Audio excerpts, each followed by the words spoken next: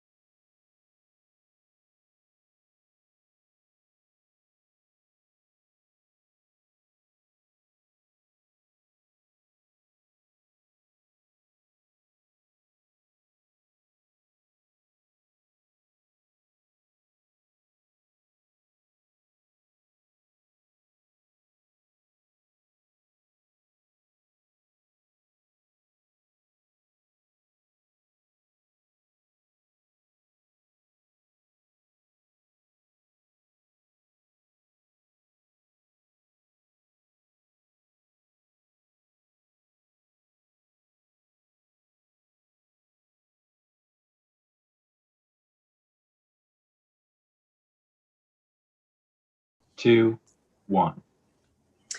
Good evening and welcome to the Thursday, March 25th, 2021 meeting of the Northampton School Committee. I'm School Committee member Laura Fallon and I'll be chairing tonight's meeting.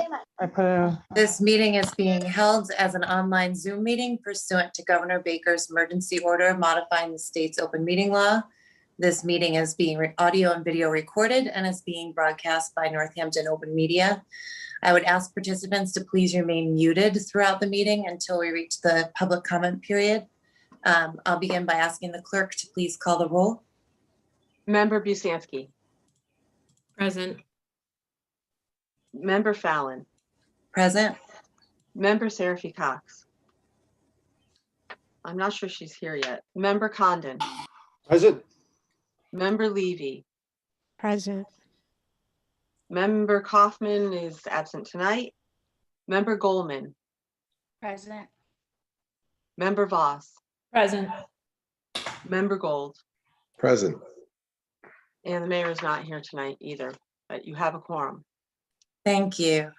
So as always, we'll begin with public comment. If you know you wish to make a public comment, please use the raise hand feature. To raise your hand, you click on participants in the horizontal menu bar, either at the top or bottom of your screen. The raise hand feature should be in that column. If you're calling in by phone, you can raise your hand by hitting *9. I will unmute each raised hand one by one and ask if you'd like to make a comment. When you begin, please state your name and your address for the record. To ensure that everyone has an equal opportunity to speak, we ask that you limit your public comments to 3 minutes. After 3 minutes, I'll ask you to please finish your sentence.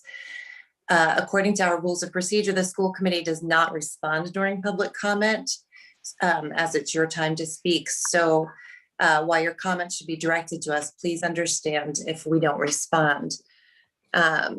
So I'm not seeing any hands yet. Is there anyone here from the public that does wish to speak?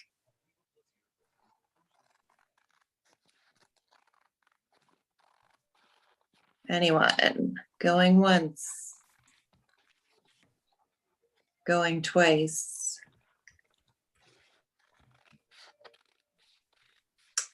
Okay. Moving on to the next item on the agenda, announcements. Are there any school committee members who wish to make an announcement?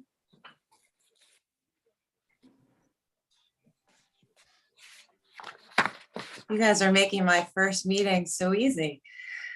Okay, our next item on the agenda is recommended actions. On tonight's consent agenda, we have approval of minutes. We have the approval of the December 10th, 2020 school committee meeting, February 11th, 2021 school committee meeting, the February 25th, 2021 school committee budget meeting. Is there a motion to approve the consent agenda? Motion to approve the consent agenda. Is there a second? Second. Motion has been made and seconded. Annie, would you please call the roll? No, Oh, I'm sorry, there a comment, Member Voss. thanks. I'm trying to get the date up. I would like to ask to remove the February 11th meeting from the consent agenda, please. Sorry, Sure. yeah, February 11th. Okay, there's been a request to pull the minutes of the February 11th, 2021 school committee meeting from the consent agenda. So the vote will just be on the approval of the December 10th, 2020 meeting minutes and the February 25th, 2021 meeting minutes. Sorry, budget meeting minutes. I don't see it. Seeing no other hands. Okay, Would you like me to call the roll? yes, please. Member Fallon, Yes. Member Seraphy Cox, Yes. Member Condon, Yes. Member Levy, Yes. Member Kaufman is not here, Member Goldman, Yes. Member Voss, Yes. Member Gold, Yes. the mayor is not here, and Member Busansky. Yes. The vote is unanimous. Thank you. Member Voss, you asked to pull the minutes. Yeah, I'd like to add a sentence to the minutes in line with what we went back and forth on for the December minutes, to be clear why, to make the discussion more clear about, I'm trying to see how to get you there. I think it's on page, it's hard when it's electronic, page 3, about regarding the discussion. Well, at the bottom page 2, top page 3, approve Northampton High School's program of studies. And toward the end of the blurb here, it says, well, I'd like to add the following sentence in context of the discussion about the embedded honors math classes. So there's a little bit there, but I don't think it represents the scope of the discussion. I'd be happy to share this. I wrote it out. I can send it to Annie. I can put it up. That would But be the- great. The sentence, do you want me to share it? Yeah, can you make the motion with the wording that you're asking Yes, us to so I'll vote on, make- and then also send her the wording? I'll make a motion, and you want me to share my screen and show my motion to That would be add this great. wording? you. Okay, I can do that. If I can find it. Here we go. Okay. So the motion is to add, after what's already in there, to present a more complete picture. Discussion covered several concerns, including that the new integrated honors model has, 1, not provided current honors students with appropriately advanced work, 2, is inequitable and can hinder the goal it strives to achieve, and 3, community and school committee members were surprised with a substantial change to the curriculum with no feedback. Okay, is there a second? Second. Is there any discussion on that motion to the minutes?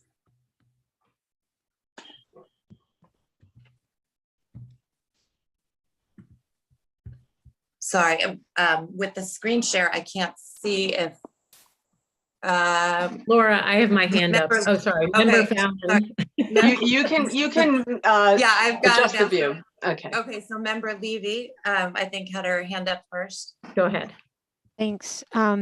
So I guess it's a question about process, because I thought we had decided that we were not going to put the details of the discussion into the minutes. If we were going to put the details of the discussion into the minutes, I would not have voted to approve the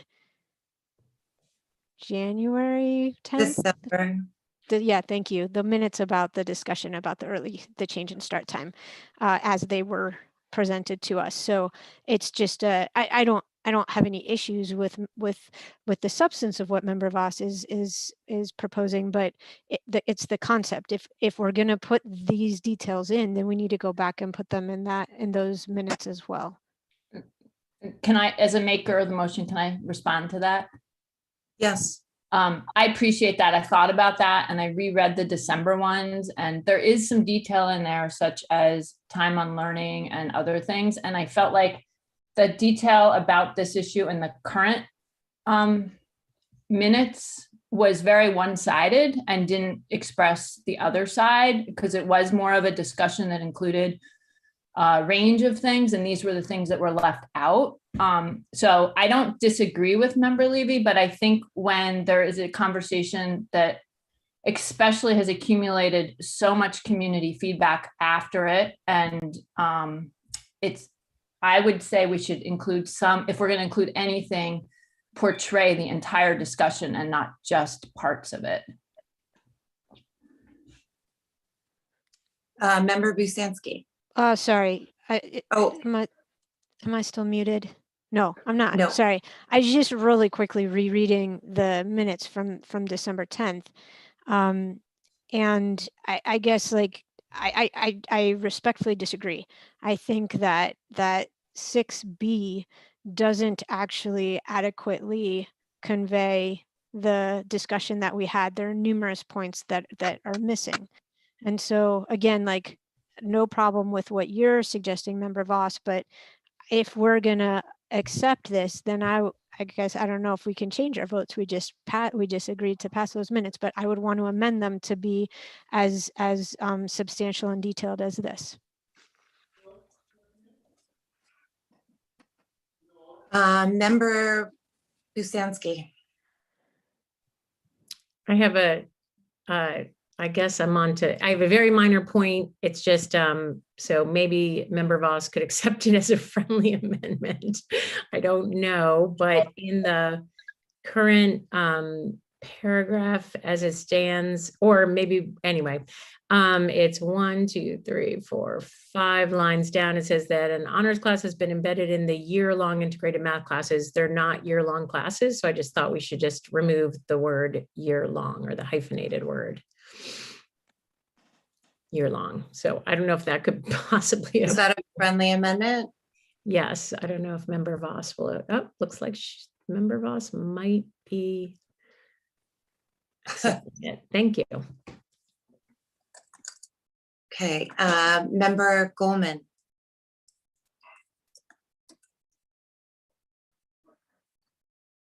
Oh, did we lose her? You're muted, Member Goldman. Thank you.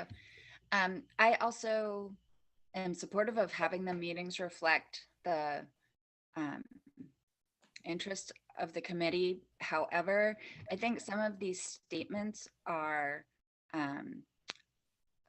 opinion or are debatable where the discussion led to. So this statement says that discussion covered several concerns, like including that the model is inequitable. And I think that that's debate. Some of these issues are debatable, or certain aspects of some of these issues are debatable. And so I would ask that they reflect that in this comment, where you would say, where the statements are not making claims about the program, but is making clear what the topics of concern were that were discussed. Do you know what I mean? I do, and I'd be happy for a friendly amendment. The way I worded it was concerns, because I know there was at least 2, and yeah, both. and I'm happy for these Yeah. issues to be. I'm happy for this to be included in the minutes. I think these are important points, but I guess the friendly amendment would be that at the big, that they're not such clearly one-sided statements. So it may not provide current honor students with appropriately advanced work, or may not be inequitable, or concerns that they are. Would it be okay? Would it be okay to put some, or what do you, that's, or you're saying this is a really hot topic, and I'm not trying to disclaim any of these statements, but I'm also, I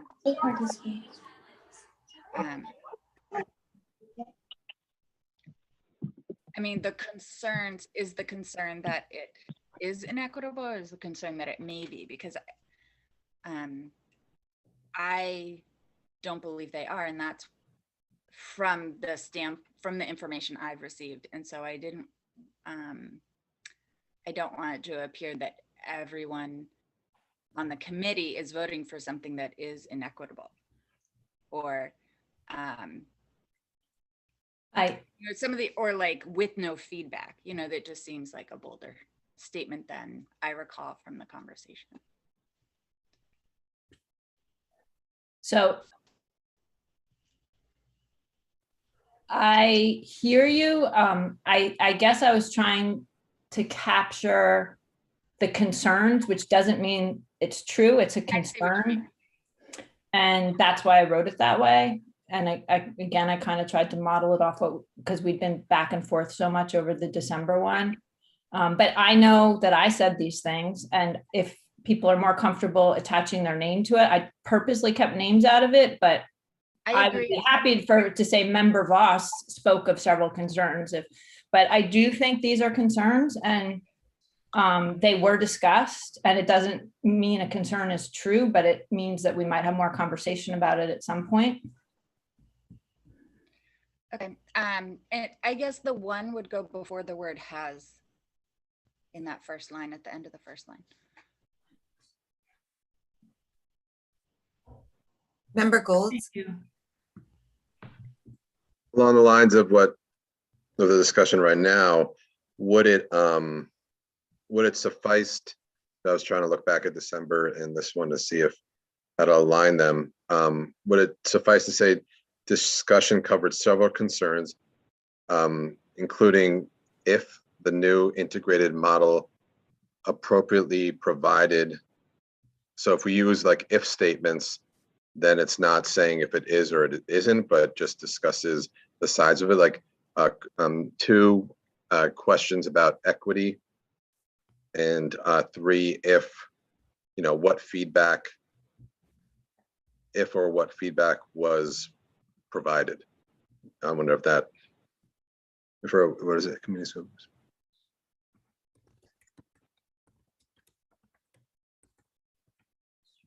Thank you. I'm working on what I think you're saying in the spirit of it. And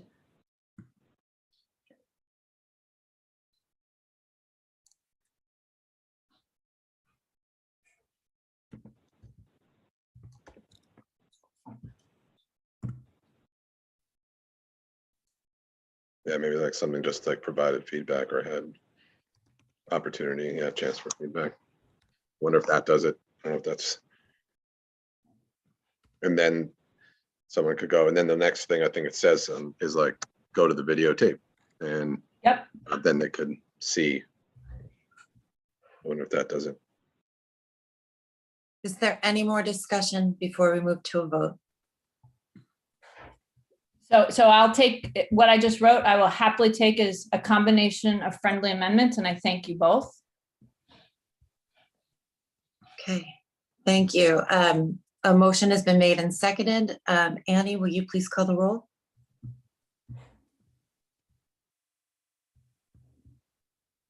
Member Seraphy Cox, Yes. Member Condon, Yes. Member Levy, Abstain. Member Kaufman isn't here, Member Goldman, Yes. Member Voss, Yes. Member Gold, Yes. Member Busansky, Member Yes. Busansky, okay. Sorry, I thought that. And Member Fallon. Yes. The vote is 7 in favor and 1 abstention. Thank you. Moving on to the next item of business, we have a discussion and vote on the FY22 budget. We do have our business administrator, Ms. Lamica, and Superintendent Provost here to answer any questions you may have. I'm not sure if anyone is prepared to make a motion first, or if you'd like to hear from the superintendent about the changes or additions that have been made to the budget. I see him up. Member I wonder if Busanski. she can Oh. stop sharing her screen. Oh, yeah. Member Voss, would you mind?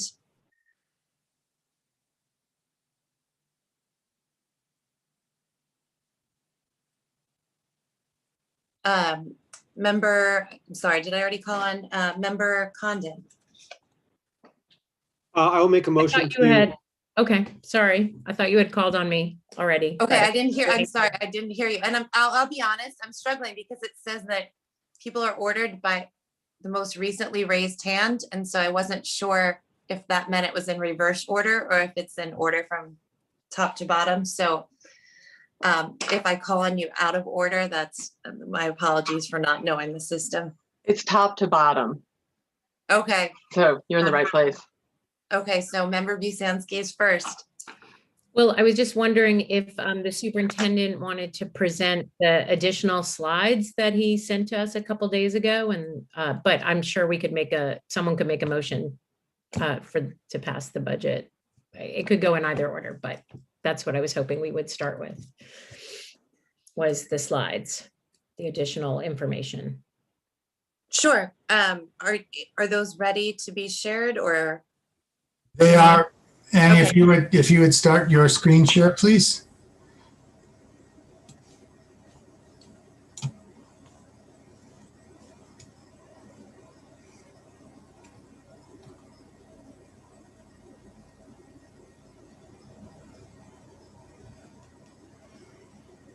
Okay, and this looks a little bit messed up on your screen. It does? Yeah.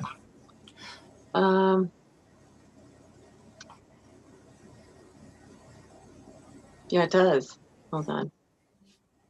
It looks like you opened it as a document. Try opening it as a presentation.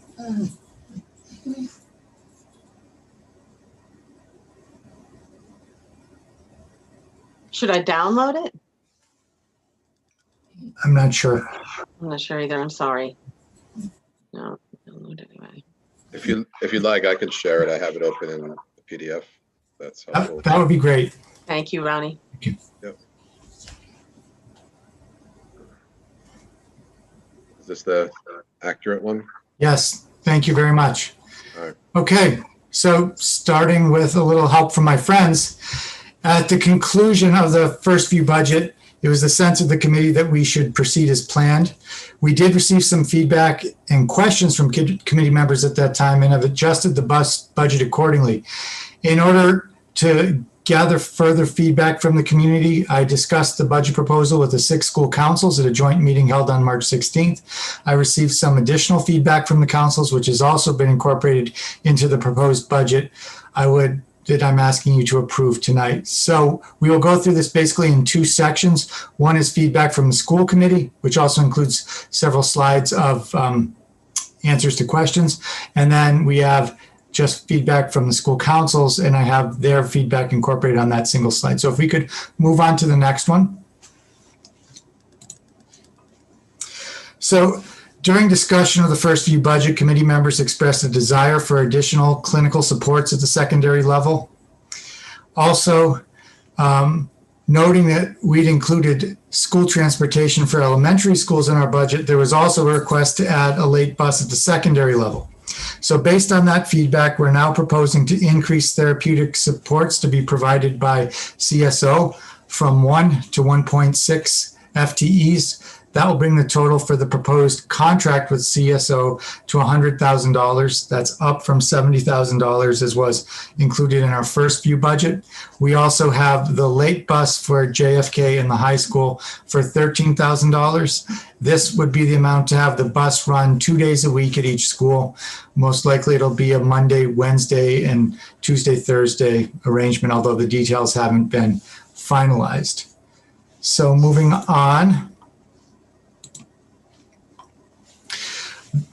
There was discussion of social emotional supports at the high school, and at the time I reported that SABRE screening had not begun at the high school. At this point, it has begun, and so I have some information to share with you on that. So here you can see the results of the high school students who have currently taken the SABREs.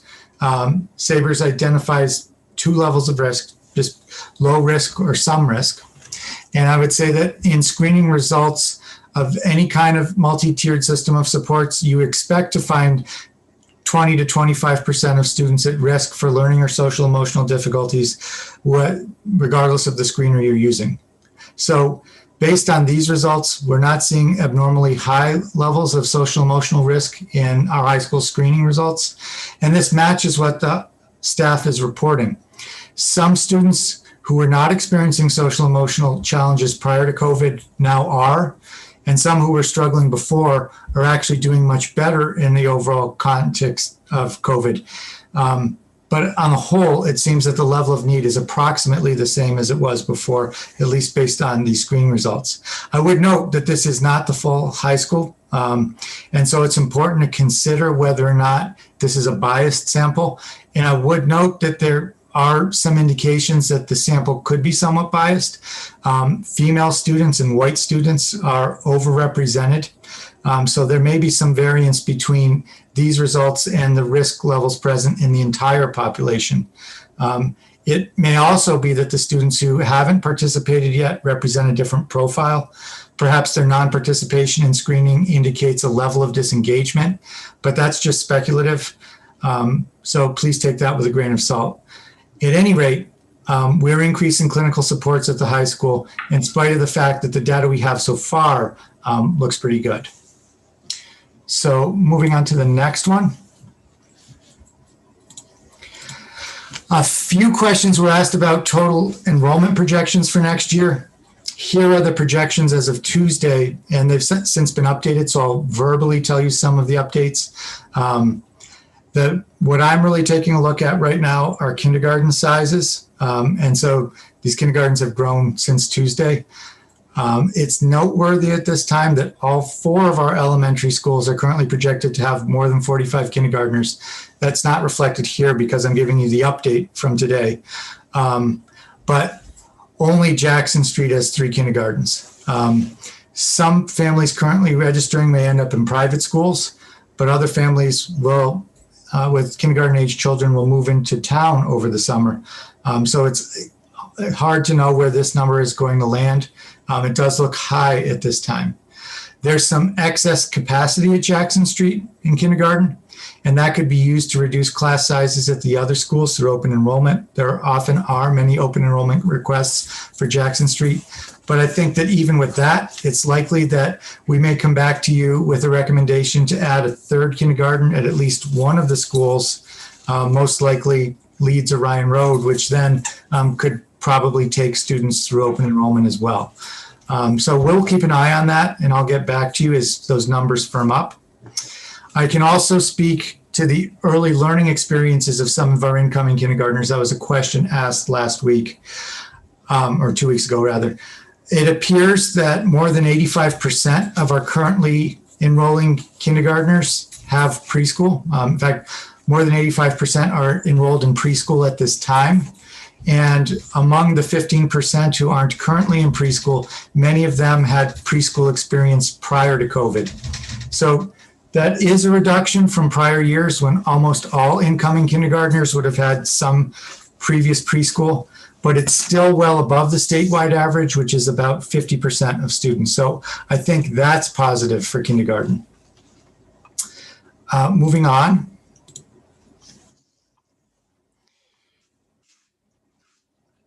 So there were some questions about what's being funded from COVID stimulus funds and what's being funded through other sources. So I created this new chart to try to show that in a simplified way. So at a basic level, there are 2 new expenses in this year's budget: COVID mitigation and recovery. You can see those in the bottom of this table in the brown rows. Everything else you see in this table, the personnel, transportation, tuitions, utilities, and other costs have always been part of the budget. But this year, We have COVID mitigation costs, which are the costs of preventing disease spread, and recovery costs, which are costs of helping students recover and catch up. So both academically and social emotionally. We also have a new source of funding, which is the COVID stimulus. So the last column you see here is a new column that you wouldn't have seen in other years. And this is just a combination of all the various stimulus programs. I mentioned last time there are 7 COVID stimulus programs in the budget. There's currently an 8th one working its way down to us. And those are shown in the last column. For the sake of transparency, I broke out transportation expenses from after school programming, but the $56,500 you see for transportation in the COVID column is really a recovery cost because that's connected to academic programming. So in this proposal, we're now recommending that we spend $1.2 million of stimulus funds, split roughly equally between disease mitigation and recovery efforts. There's also a new proposal for staff retention. I'll explain that in a minute. That comes from the school councils. Before moving on to feedback from the school councils, I'd like to address other questions that have been submitted by members of the school committee. The fact that some personnel line items are down raised a question about salary increases. I want to ensure you that pay increases are included in the budget. However, there's always turnover with new staff replacing veteran teachers who had higher salaries. And this can result in a budget decrease because the staff that we currently have in our budgeting for next year may be at lower steps than staff we had in prior years who are part of this year's budget. So with steps, salary increases for teachers are ranging from 5 to 8%. ESPs 5.97%, custodians 5%, Unit B administrators 6.25%, and clerical 2.38%. You wouldn't be able to tell that by looking at personnel line items because, as I said, the personnel reflected in those line items changes from year to year. But when you go through the units and have both the effect of the steps and the COLAs, those are what the salary increases look like in those units. In a similar vein, there was a question about the size of the increase in transition educator salary, and this is the same kind of scenario. In this case, we filled the position with someone who came to us with more experience, so the salary was higher than anticipated. So again, it's not a case of someone getting an extra large rate pay increase. It's the fact that there's a new staff member coming in there at a higher range that was budgeted based on their experience. And so you see that line item go up. There was a question about the foundation budget, which is the first item under tab 14. It shows a per pupil amount that doesn't match our budget. That's because the foundation budget shows the calculation used to determine the minimum amount each community can spend on educating its students. We spend substantially more than the minimum, so our actual spending figures are much higher than the amounts you'll see in the foundation budget page. And finally, there was a question from a school committee member about the apparent reduction in funding for school lunch program. So to explain that, I have to say there was an infusion of additional funding into food services in fiscal 20, which is the beginning of COVID, to start the emergency meal program. If you recall, back at that time, we weren't sure how anything was getting funded. All we knew is that we needed to feed our students. And so we were transferring funds into that cost center in order to support the program. Since that time, the federal government has funded emergency meal programming, and this is next year's budget. So we're projecting that next year we will no longer be needing to continue the emergency meal programming. So overall, this isn't an increase in the funding for the school lunch program. It's just that when you take out the additional funds that were being used for the emergency meal program, it appears as a reduction. So those were the questions submitted by school committee members. I'll turn now to the feedback from the school councils. And as I explained earlier, once the school committee indicates its agreement with the first view budget, I always follow up by meeting with the other elected representatives for our schools, which are the school councils. I'm happy to report that the budget has unanimous support from the school councils. And by that, I don't just mean that it passed with a majority of all 6 councils, but every single member from all 6 councils voted to support the budget. They did so with a recommendation. They were asking that a statement be made that we'd look for ways to add funding and intentional efforts around retention of a diverse workforce. The feedback they provided was that they see a lot of effort and a lot of action around recruiting a diverse workforce, but not much in terms of retention. And so some of the members followed up with suggestions after the meeting, and some of the things were things that could only be done through collective bargaining. But there were 2 suggestions that are immediately actionable. So I'd like to go farther than just making a statement of, intention or aspiration to provide funding for the support of retention of a diverse workforce. I want to propose these 2 programs. One of the ideas was that we do a needs assessment or have an outside group do a needs assessment and develop a retention plan for us.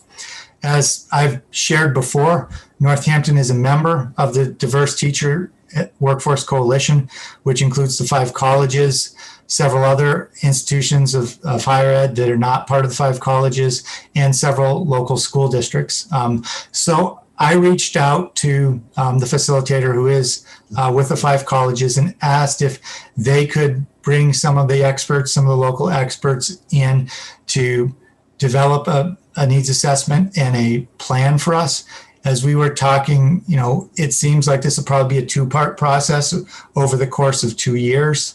And ballpark figure we have to conduct a needs assessment would be about $10,000. Another suggestion that came from the school councils was funding teacher participation in affinity groups. As I've shared before, through our work with the CES, one of the things we've done to support educators in a more diverse workplace is the creation of affinity groups and the training of group leaders this year. But I had envisioned that as an activity that we would fund and get started, and then we would see what the participation in it was like. However, the school councils pointed out to me, if we paid people to participate, in other words, if we paid them the contractual rate of $30 an hour to participate in the affinity groups, then it might be more accessible to some people who wouldn't necessarily have to make a choice between doing the groups or doing a second job. And it might also just be more attractive to other people. So I'm also just on the basis of the current size of individuals that we have in affinity groups, based on the idea of potentially 1 meeting a month, I'm proposing to add $30,000 to pay staff who are members of the affinity groups for participation in those activities. So that brings me to the end of the adjustments we've made and the responses to all the questions that came up during the public comment period. I'm happy to answer any final questions you might have, and I look forward to a final vote to approve our FY22 budget. Thank you, Superintendent Provost. I see some hands up. Member Condon, your hand is up first. Yes, to get things rolling, I'd like to make a motion to accept the FY22 budget as proposed. Is there a second? Second. Okay, the motion has been made and seconded to accept the FY22 budget as presented. I see more hands. I'm assuming those might be questions. Member Seraphy Cox. Thank you. I have 2 questions. One is I was looking through the statement from the maintenance and capital planning section, and I was surprised to see kind of no mention of the changes that we did this year related to HVAC systems and HEPA filters. So I'm wondering, if I could maybe get an update on what is the status of maintenance of those systems? How are they doing with the strain that we've been putting on them with the opening the dampers more, all of the things that we talked about in terms of ensuring safe ventilation for staff and students. And then I have a second question as well. Sure. So as I mentioned, when we were buying the HEPA filters, those filters have a 3-year replacement rate. So they're still very early in their life cycle and they're all going strong. There were some concerns that putting the MERV 13 filtration into the univentilators would create a strain on the system because there's some back pressure due to the more dense filtration, but that has not turned out to be the case.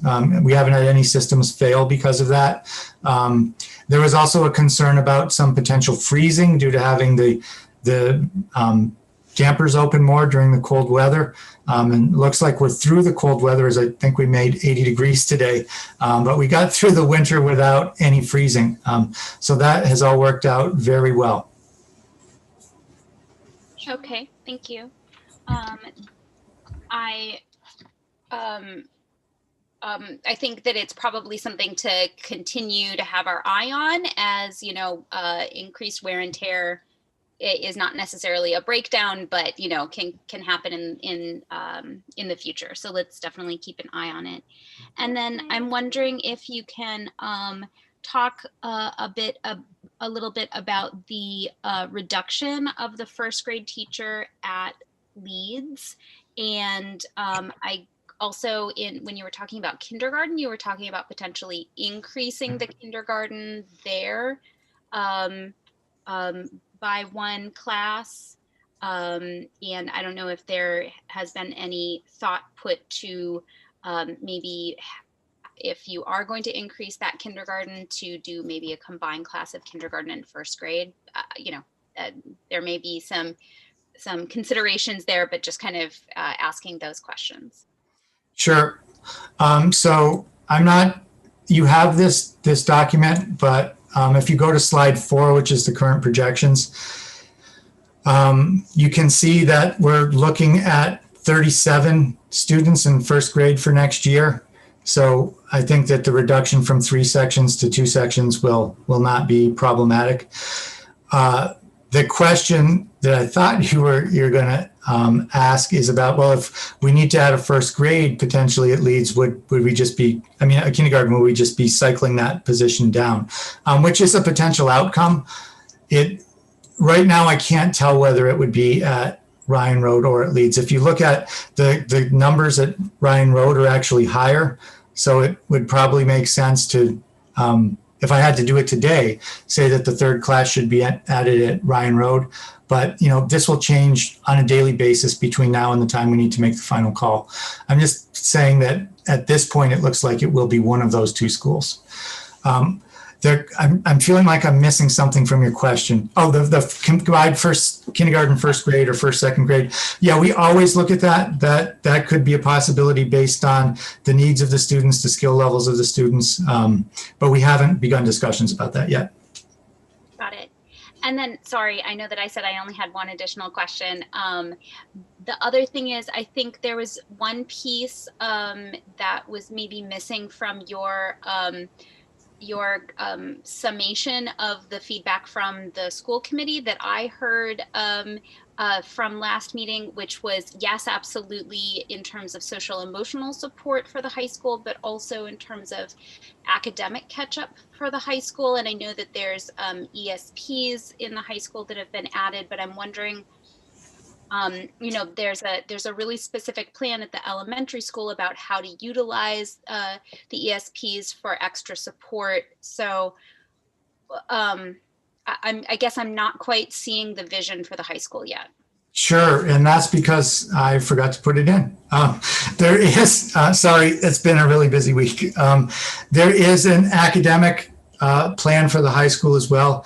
It's focused mainly on summer supports, which is the time when most remediation is done at the high school level. So we are adding additional credit recovery classes. We have not an extraordinarily high number of students who are failing, but it is a little bit higher. So typically our first semester failures would be around 20 to 30 students. This time we see it running about 30 to 40 students, so there's definitely an uptick there.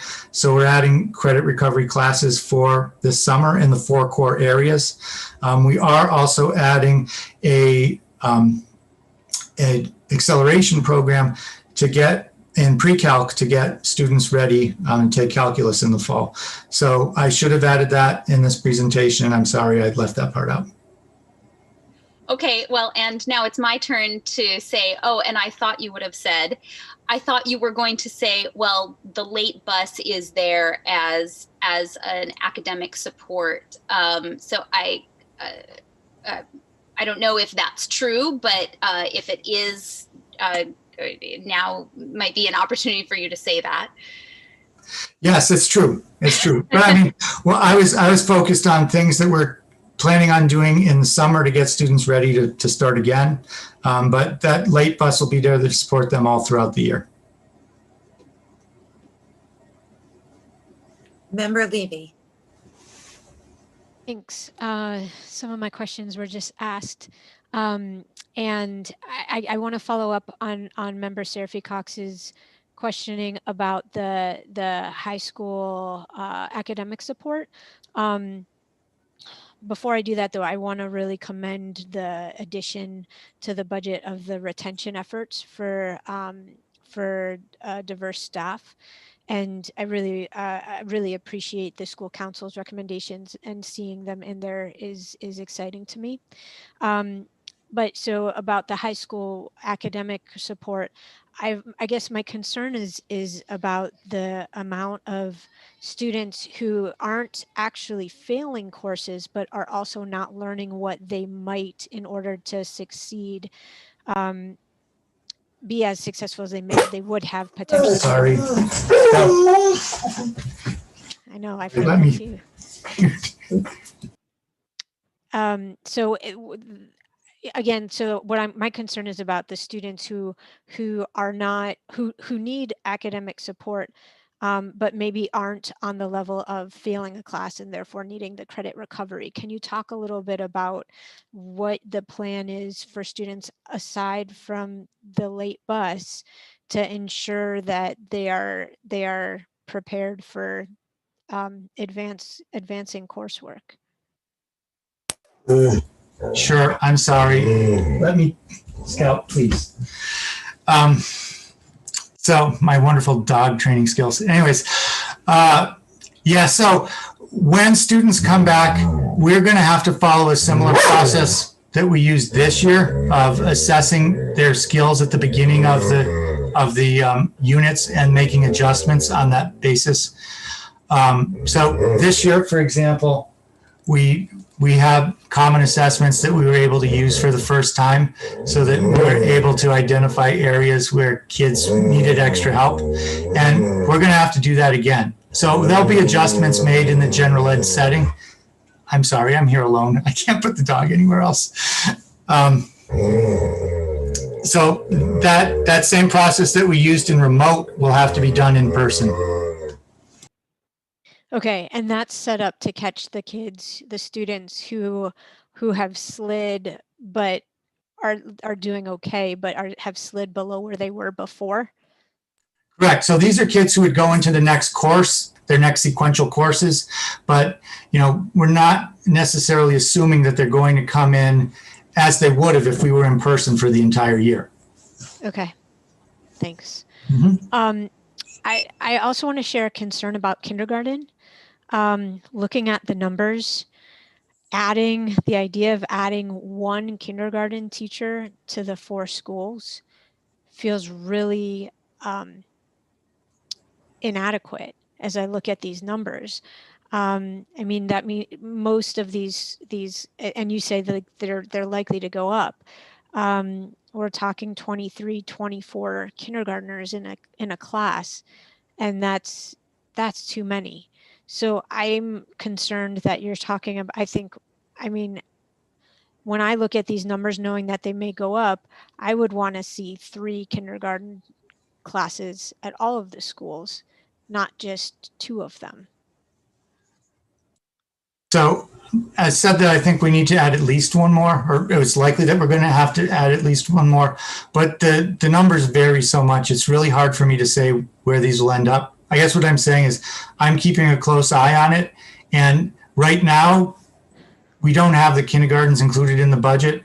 And it's likely that I'll be coming back to you later in the spring and saying, we have a better sense of enrollment now. We need to add at least one class, maybe more classes. But I will be reporting back to you on that. Okay, I appreciate that. Can you give me a sense of what you would be aiming for in terms of class size for kindergarten? So, I feel really good about a class size that's 18 to 20. When it gets above that for kindergarten, it starts to feel a little bit big for me. Okay, thanks. I think 20 feels big as well, but okay, I hear that. Thank you. And then last question, can you name which affinity groups have gotten off the ground at this point? So we've done the training for the facilitators. I'm not sure how many different groups have identified by a certain identity. What I can do is reach out to the trained facilitators and get back to you with those identity groups. Thanks, I'd appreciate that. Those are all my questions. Thanks. Member Busansky.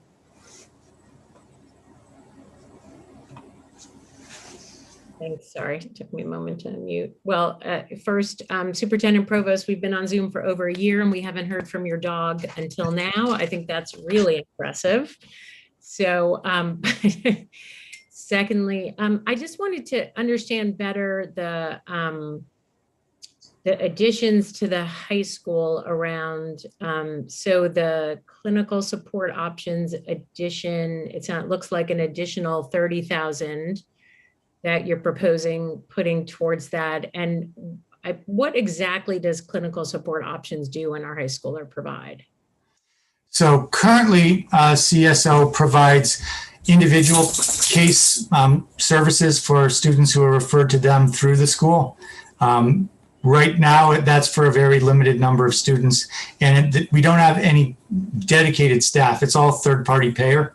So what this would allow us to do is bring in an additional 1.6 FTEs, which could be both for the high school and the middle school, depending on, we want to be a little bit flexible on how we deploy that. But these are therapeutic staff who don't have to worry about going through third-party payers. They essentially are forces that buttress our counseling supports that are currently in place. So we would pay for the services instead of going through insurance, and they would be additional therapeutic staff that we could refer students to if our counselors became overwhelmed, or if our counselors thought that it was going to be more of a long-term issue where they might want to transition over to a third-party payer and have a more long-term counseling relationship.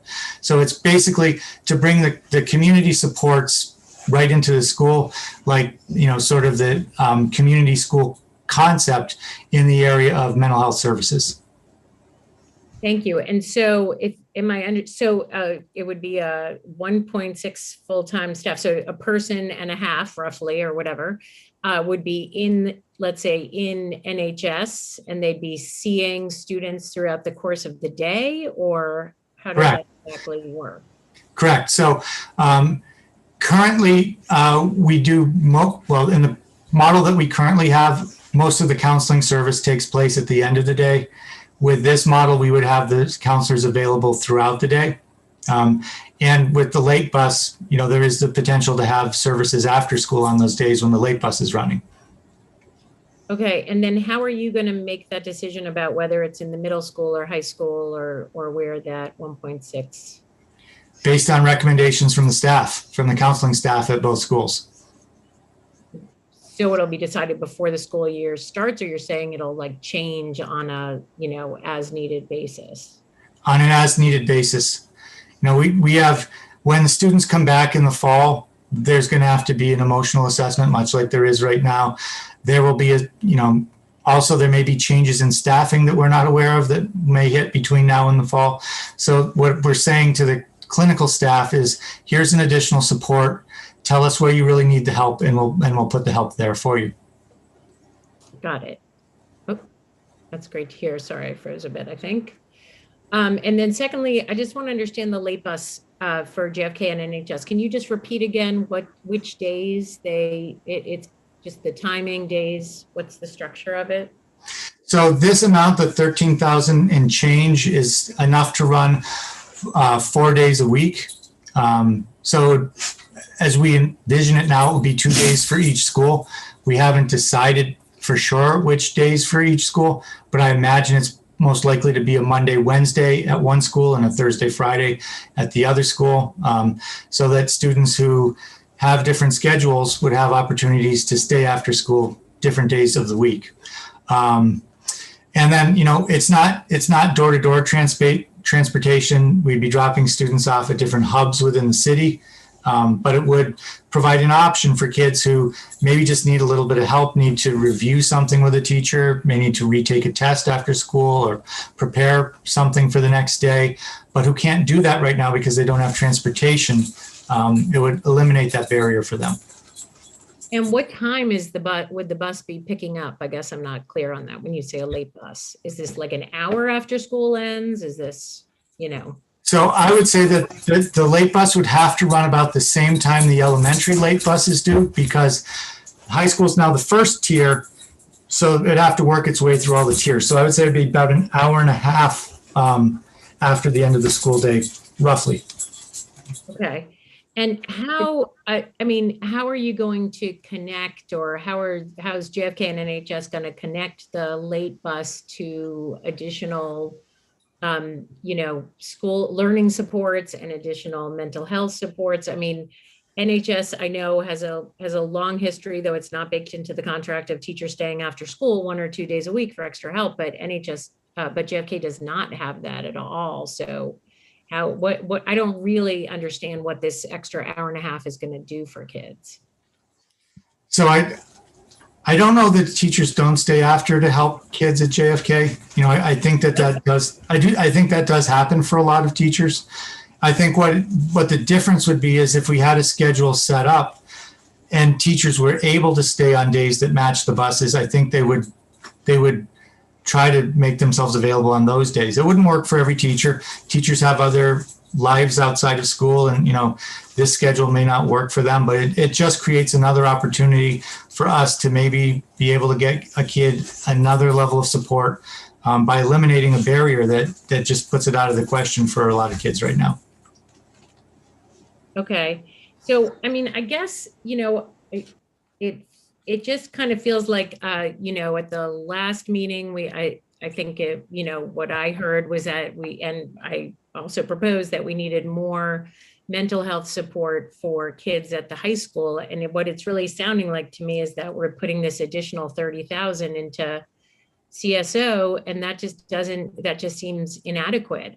Based on, there's one thing to look at the Sabres, results that you presented, but, the headline in the paper this week was the CDC's reporting a 40% increase, or 40% of the population is suffering from mental health needs. Every therapist I talked to, I just ran into one last week who's an adolescent therapist in Northampton, says you cannot find an appointment anywhere for adolescent therapists if you have a child in need. I just think we have a major mental health. We had a big mental health issue on our hands before the pandemic at the high school, and it is just only increasing during this pandemic. And we need to do, I was hoping to see, let me rephrase that, something a little bit more global at the high school, that we sort of along the lines of the social emotional coach. We had looked at that last year for elementary school, or something to provide teachers with support, or being able to identify mental health needs,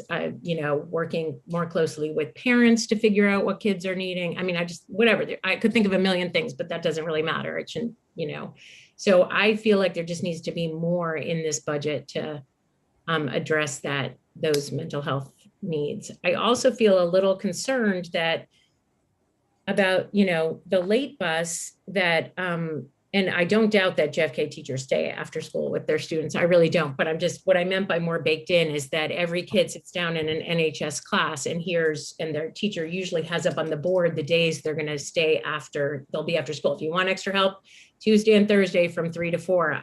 I never saw that at JFK, but I have no doubt that they're doing extra hours with kids for sure. But, if we're not going to pay teachers to do it or organize it in some way, I just worry that it's going to be sort of money we're throwing at a late bus without really having the kind of like support there that needs to happen. So I just feel really, anyway, I'm just left feeling really concerned. And I'd like to see more put towards that, especially. And I also think we have the culture coordinator at JFK. We don't have anything at, NHS. So my responses to both of those are kind of the same. Both of these are scalable in both directions, right? You gave me direction 2 weeks ago. You thought that we could use more support at the clinical support at the high school. And I came back to you with another part of a position. What I would propose is that, we start with this. If it's inadequate, I can come to you and ask you to expand the contract and we can bring more in.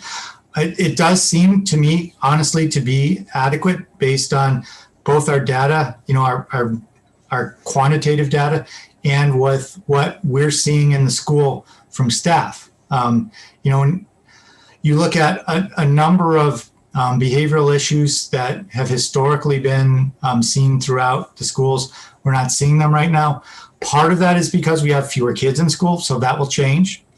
Part of that is because we're in COVID protocols, and I think everyone's behavior is just so different because we're wearing masks, we're social distancing, we're doing all these things. And I think that, as those controls come off, we might start to see some other things, but it's just not present now. But if it does, I promise you, I'll come back and say, it's looking like it's not enough, we need to add. Same way with the bus, if it's looking like no one's riding this bus, I can say, you know what, it wasn't such a great idea. Maybe we should stop it. For several years, we've wanted to have a late bus. We've always felt like it was a shortcoming in our program. Now we have a chance to do it. So I think it's a good time to try it and see whether or not it helps. Yeah, I guess what I'm really suggesting around like CSO and the mental health needs is I was hoping for an additional line item, not more money put into CSO per se, just and some additional line items even of like ideas of how to approach mental health. I think if we're, I think it's going to be really important, especially at the beginning of the school year, and to be proactive and not reactive and be able to identify these issues. And there's lots of different ways to identify the mental health issues that our kids, that high school students are experiencing, right? But that's going to take not just having a therapist or a counselor for them to go to, though that's great. I'm not trying to take away from that. I was just hoping for even more ideas in the, to be reflected in this budget, that we were really being proactive. And then we could always remove. I would rather work the other way, add now, and then say, hey, looks like we don't need this. Now we're going to remove, but we need to really be able to identify and help those kids who are having, anxiety, depression, the whole package of it. So, well, I do think there's something in there which might not be obvious, in part because I didn't put it on any of the slides, but it's all that summer work. The credit recovery we're doing. What we're finding is the kids who are struggling at the most extreme level, kids who are not passing their classes, are kids who have really become disengaged. So the goal of the credit recovery is to get them back on track academically, but really it's to help them reestablish the habit of coming to school. And I think that is probably the biggest challenge we're facing in terms of a small number of students who are having the most acute, what I would consider to be behavioral issues right now, even though it's not acting out behavior, it's checking out behavior. And so I do think we'll do a lot of good through that summer programming. Okay, well, I feel like I appreciate that. I do. I just still feel like that's, inadequate in addressing mental health needs our kids are coming back with at the high school, because I think we are addressing it at the middle school. more so. So, but I'll leave it at that. Other people have hands up. I'd like to hear what my other school committee members have to say too. So, Member Voss. Thank you. So I have a bunch of little easy questions, but just some of my bigger picture stuff follows this. So I'll start with that. And I know through subcommittee meetings and our past couple full committee meetings, we have talked about what are we doing to support middle and high school students. And I really want to just say I agree with what Member Busansky just said, not to repeat it, but I'm going to add to it. I share her concerns about the mental health. I also share them about academic support. And I really was hoping to see more here. I've been trying to say, we shouldn't say what it is, let the educators say what it is, but I feel like we could do a lot more. And I'm frankly just disappointed, and I still think we can do better. People are busy, but we need to make time to figure this out. And specifically, just helping the kids who are failing or almost failing or appear to be misbehaving isn't enough, because all these kids have had a year that has just stunk. And I bet every single kid needs extra help in some way. And I don't know that you can identify who needs what right now, but we need more smaller classes, whatever it is. I'm not going to say exactly how to address it, but I'll give a few ideas. I mean, I love that there's a late bus. It gives people a chance to stay after school and get help from teachers, but I agree, we need to make that more structured and put it there and say, this is what's happening, so that families actually take advantage of it. And do the teachers know what the kids have been through for the past year? Maybe parent-teacher conferences, which we've mentioned before. Maybe there's other ways at the high school level. But at the elementary school, I love it that we're paying our educators to work with our students, the people that know each other the best. Why aren't we trying to use some money to pay educators at JFK in the high school to stay after in a more formal way and make this a priority for everybody to participate in? And it's, you know, a strange place to be saying we have money to do this stuff and we don't even know how much, because every time you read the paper, it seems like, fortunately, the change in our federal government is going to be giving us more money, and we should be thinking ahead now. And if we don't have the money, then come back and say, maybe we can't afford it. But I just think these things are so doable. And next year is the most important year to do them. So I would like to see more of our educators supporting our students. And then just quickly along those lines, that I emailed a little bit. I think we could do a lot better with even just the summer. There's this pre-calculus catch-up class to enable students to take calculus next year. It's costing $2,500. And I'm a firm believer in you get what you pay for. And I'm sure whatever is planned is going to be good, but is it enough? Should we be doing more? Is this an opportunity to say to kids who might not really think they are wanting to take pre-calc, hey, you know what? There's this opportunity to take pre-calc this summer, and then you could take calculus. We've spent all this time talking about encouraging kids to take more advanced math. Well, maybe if we throw a little more money at this, we can have more support and get kids who are a little less certain about math enjoying pre-calc this summer. So I just think we should think bigger. And I know there's not a lot of room for that, but I want to see more at the high school in terms of funding things to help our students thrive right now. Okay. And then I had just a couple questions in your talk, Dr. Provost. I agree with what people said about kindergarten completely. And I wanted to know, are we not accepting school choice students in kindergarten? No, I haven't given you recommendations for that yet, but I'm likely to recommend that we only accept students in grades 6 and 9. I want to see what happens with Smith Voc first to know what the 9th grade looks like.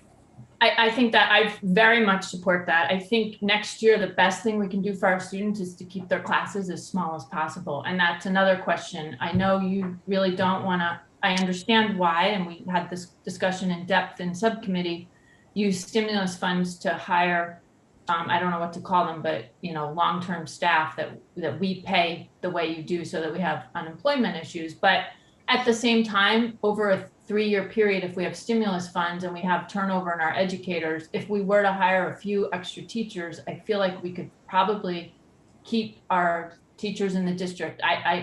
I'll leave it to your judgment on that. But I just wonder if those stimulus funds are a place we could hire a couple extra kindergarten teachers to say, these kids, you know, had a really unusual year last year and we need to keep these classes small. So I would very much support that. And then your other slide about funding sources for various budget components. I agree that the money for retention is really important, but my question is, how do we justify that money coming out of COVID stimulus? And that doesn't mean we don't do it. It just means, is there other money that can be applied to COVID stimulus so that we budget more transparently? Right. So we haven't seen what the rules are going to be on the new COVID funds. If we can't pay for this $40,000 out of that grant money, I'm sure we can find something else that qualifies to free up the $40,000. So the ultimate source, if you will, would be COVID, because that's the place we have flexibility within the budget for the reasons you just explained. With respect to kindergarten, I think if it's,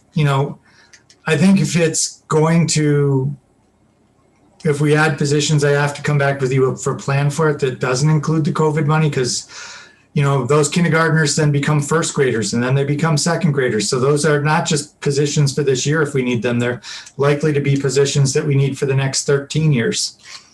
Well, no, I would disagree. You can have a much smaller kindergarten class and it can be slightly bigger with the ESPs in first grade, right? What I'm saying is that the students move up a grade each year, and you can expand the classes somewhat, but typically when you get a big bump, in enrollment, you have that the whole time they're with us. And that's why you have some classes, I'm not going back to the other slide, but you have some classes that have been like 3 when they were in, 3 sections in first grade, which then became 3 sections in second grade this year. That's kind of what's happening at Leeds right now. But I think where I'm just trying to disagree a little bit is having more teachers doesn't bring more students unless you add school choice, which I think we just said we're not. So you have a set number of students, and if you offer them a smaller kindergarten experience for reasons that I'm sure we could justify if we wanted to, next year when they go to first grade, maybe they have 20 in a class or 21 instead of 16. But this year, when they're coming out of the pandemic and haven't had socialization for a year, having the smaller kindergarten class seems to me to be money really well invested. And yeah, they'll have a bigger class in future years. Those were my questions about your presentation. So I think my really big take home is I'd like to see more aggressive support at the high school is my biggest take home. I do want to share with the committee some questions I emailed Dr. Provost, and I still have concerns about, and they're more about capital improvement money. And I understand that that's not exactly what we're voting on, but it is in our budget book. And there might be 1 or 2 things that are appropriate for us to talk about. In terms of, one of them is ventilation in the school. So that was already brought up, but our schools are really poorly ventilated, and we've put Band-Aids on it with these HEPA filters, which is great right now. But the national conversation seems to be across the board, there's going to be funding to get schools better ventilated. And what people say are these poorly ventilated spaces lead to all sorts of flu and other viruses flowing through the schools in normal years, and also make kids sleepy because they're not getting enough fresh air. And the bottom line of what we've learned this year is we don't meet code for fresh air coming into our schools. And we managed to figure out how to keep it as safe as possible with the HEPA filters, and that's great, but I don't think that's a long-term solution. And I really want us to keep in mind that with the stimulus money coming in, we would probably be really smart to hire a mechanical engineer to figure out what it is we need to have ventilation that at least meets code and keep our students as healthy as possible and as alert as possible. So that, Dr. Provost, where does that fit? If community members, and I have several who have written me about that, and school committee members want to see that be a conversation going forward, how do we do that? So that would be capital improvements. That would be in the capital budget. We do have a very detailed report from the mechanical engineers, so it identifies some areas that are hot spots for us, or at least gives us a way to prioritize things that we would want to upgrade. And so I would expect that to be part of the discussion when we do the capital budget next October. Okay, and I mean, I think I really encourage us to do that because there's all this federal money coming in for this stuff. And to me, that's where some of this federal money should be being spent right now. The other thing that I wrote about was as a member of the Budget and Property Subcommittee, I was part of this discussion, and I think we remember it slightly differently, but we're budgeting for a school bus next year that costs $110,000 in capital improvement money. And last year we talked about starting a conversation to plan toward moving toward electric vehicles. There's an enormous amount of community support. I won't go on and on about why I think it makes a lot of sense, but I'm happy to answer questions if there are any. And where we left it in the committee was a year ago, we needed to move ahead and get the bus we got, but we would keep talking about it because there were all sorts of really incredible grants. The technology is changing very quickly. And, it was right before COVID hit. So I understand there's been a delay, but I think we need to get back to that before we spend $110,000 on a bus. And what I'm left with is, can we delay spending $110,000 on a bus until we understand our long-term plan moving forward? Ms. Lieber was going to look into all these grants. I'd done a lot of research on them. I was essentially asked not to, so I didn't, and that's fine. But I feel pretty passionate that we need to go back to this and figure out what our plan is before we start buying technology that is going to be outdated soon and is really terrible for the environment. So I don't know, Dr. Provost, if you have a sort of a way you could phrase this so we could get to that plan and get that research done. And honestly, I'd be happy to just pull that off the budget and ask to come back to it after we have more of a discussion, maybe in subcommittee. So I guess I would just ask Cami to speak to the first part of your question, which is, do we really need the bus? I also use this as an opportunity to say that she has to leave very shortly. So if there are any other things that touch on operations or more detailed financial questions, I think this will be the time to ask them.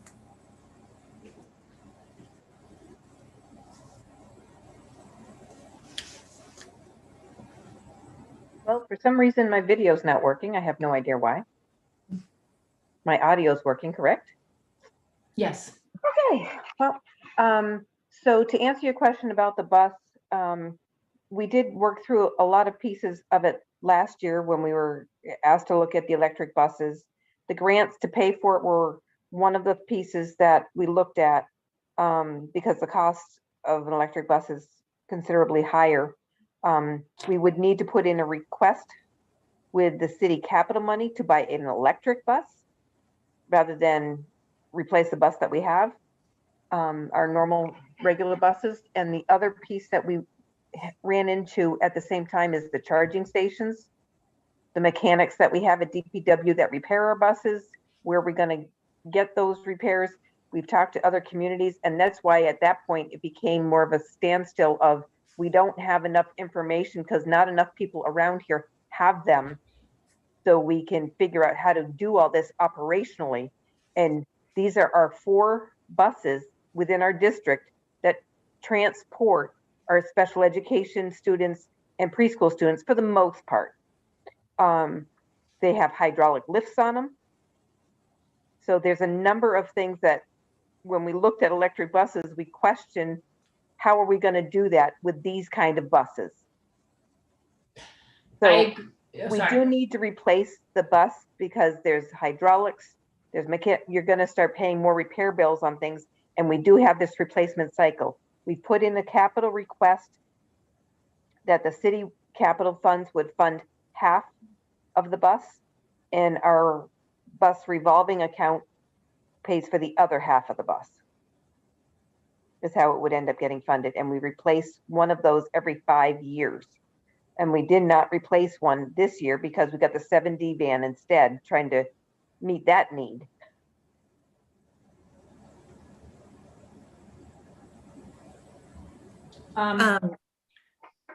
Sorry, Member Voss, is it okay if I ask before the business manager has to leave, if there's anyone else with questions to direct specifically at her? Member Condon, Member Golds, and Member Seraphy Cox all had their hands up. Are there any of you who wanted specifically to ask questions of the business administrator? I do not have a specific question for her, no.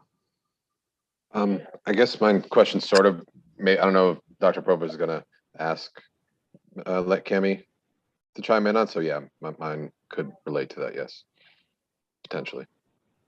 Okay. All right. So my question is, it sort of relates to the conversations about the social emotional needs that are potentially there and academic needs. If I'm not mistaken, I was looking through the previous slides. We have currently allocated years, like next to the 1 year and then 2 years ahead, 2 or 3 years ahead of the COVID stimulus funds.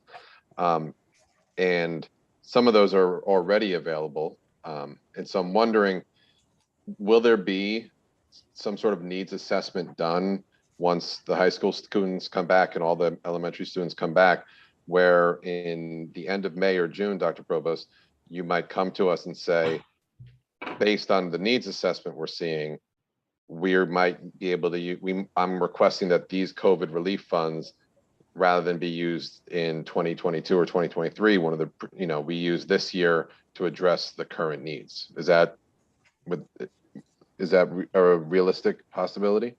Yes, so that is something I said at the last meeting. There's another round of assessment coming up at the end of the year.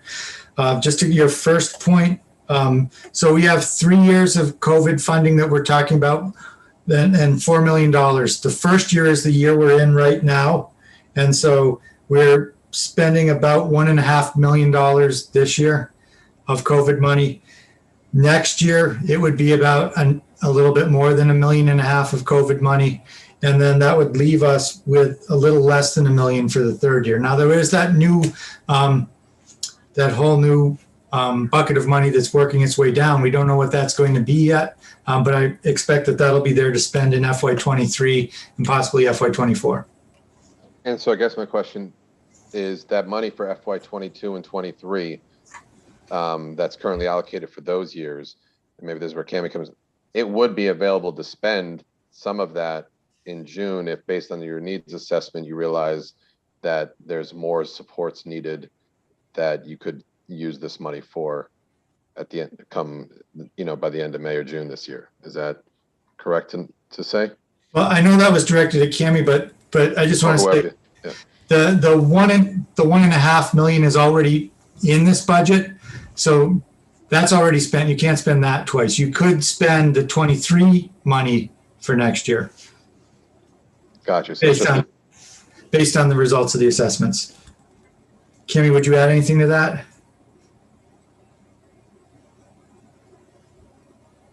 And if not, noise. Okay, so that's.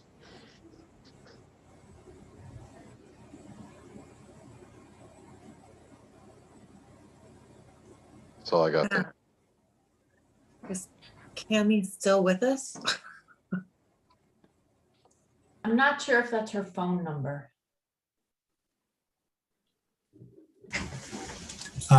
No, she had a name, so I think she might be gone now. Okay. I'm almost done. Okay. Yeah, if we see Cami come back on, someone let me know. I know that she's running out of time, that she can be with us. So proceed. Thank you. So that's my concern with the bus, and I'm going to make an amendment, I think, to address it and see what people think. Can I do that? Can I ask a question? I'm sorry. Sure. You're not talking about the bus that was already in the 5-year, the capital improvement plan that was already accepted, right? I don't know, because we switched the buses last year, but my amendment isn't why don't you let me try to make it and see if it matters? Because I'm trying to balance. I don't know. Well, I guess it does matter if, can you tell us where the bus, what page you're looking at? Yep. Why did I say my other thing? And then you can come back to me on this and I will figure that out, okay? Then other people can have the floor. I just have one other thing. And I'll just say my proposal for both these things, the bus and the issue of pesticides on the school grounds, both in my mind fit under things that we were supposed to address last year. And because of COVID, we did not. And it's really important, I think, that we talk about these things, and I want to make sure that they get referred back to the Budget and Property Subcommittee and that we have a school committee-wide support to address them this year, kind of like we had a year ago, we said, okay, we're going to work on late start. And so there's quite a bit of money in this budget for school grounds, and I don't know how much of it supports the pesticides, and I'm not going to make us go down that rabbit hole, but my amendment will be something along the lines, and it can be separate for the two, of just, I want to see us to have a plan to move both of these issues forward. And right now they seem to be, victims of COVID, and I don't want them to be forgotten. So I'll figure out the capital funds, and I'd like to make some sort of amendment. If anybody has ideas for having plans for dealing with those two things, I'd love to hear them. Thank you. Member Golds, were you done with your questions? Yes. Well, so just to confirm, Dr. Provost, that million for 23, potentially based on need, you could move up the spending to the 22 budget. Yes. Great. Thank you. Member Condon, your hand is up. Thank you, Member Fallon. So I'll start by saying, coming into this budget season, I was pretty nervous that we'd be facing some deep cuts due to unanticipated COVID costs and city revenue decline. So when I saw what was presented, and I'm thankful to the mayor and the city. I wish Mayor Narkowitz was here so I could thank him for not cutting the education budget this year. I'm pretty happy with the additional supports that Dr. Provost has presented for us based on what we see in the community as need, what's been presented by community members and so forth. Is it perfect? Does it provide for every single student, for every single need? No. Does any budget ever do that? No. So I guess I'd ask, and I've asked this before, I do appreciate members' concerns about areas and wanting to add more supports here and more supports there. But if we do that, we have to take money away from somewhere else. And so to keep that in mind. And I guess if you are pushing for supports in certain areas, think about, okay, where are we going to cut? Who is going to have money taken away from them, basically? So just to keep that in mind as we're looking at Dr. Provost's budget and debating its merit. Thank you. Member Sarah Peacock. Thanks. I guess there was something that you said, Superintendent Provost, about the timing for talking about the capital improvements is in October. So I'm wondering, how often do we plan for capital improvements? What is that process? I don't remember this past October approving a capital improvement budget, although I was in the middle of negotiations, so I might just not remember. Yes, so the Central Services Department prepares a list of proposed capital improvements on behalf of the district. It goes to the school committee for their approval first, and then it goes to the capital planning board, which is a city body that reviews and evaluates them. Every capital project is assigned a priority by that group. And then they develop a multi-year plan for how they're going to fund the projects. So this past year, you're right, it didn't come to the school committee because there were many items that were left on the plan from prior years. And they were basically only hitting the very high priority issues because everyone was dealing with COVID and we weren't certain about what finances were going to be like. So there were no new additions to the capital plan this year, which is why it didn't come to the school committee. But I expect we'll be on a more normal basis next year. And so the process that I just described would be followed. So then I think this is to Member Fallon's question, is the bus replacement of the 30 passenger wheelchair van or bus for 110,000 that is listed in the city of Northampton form, which is in section 15. That was passed through the capital improvement process in, say, October of 2019.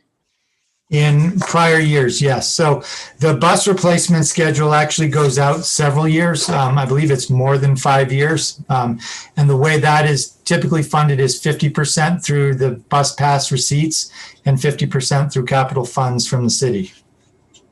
So then the portion of the decision that we are making tonight is to approve the use of the revolving account to support something that the school committee has already approved in a previous year. I would say that's fair. I mean, really, I think the biggest question that the school committee is being asked for tonight is to approve the appropriation amount. Sure.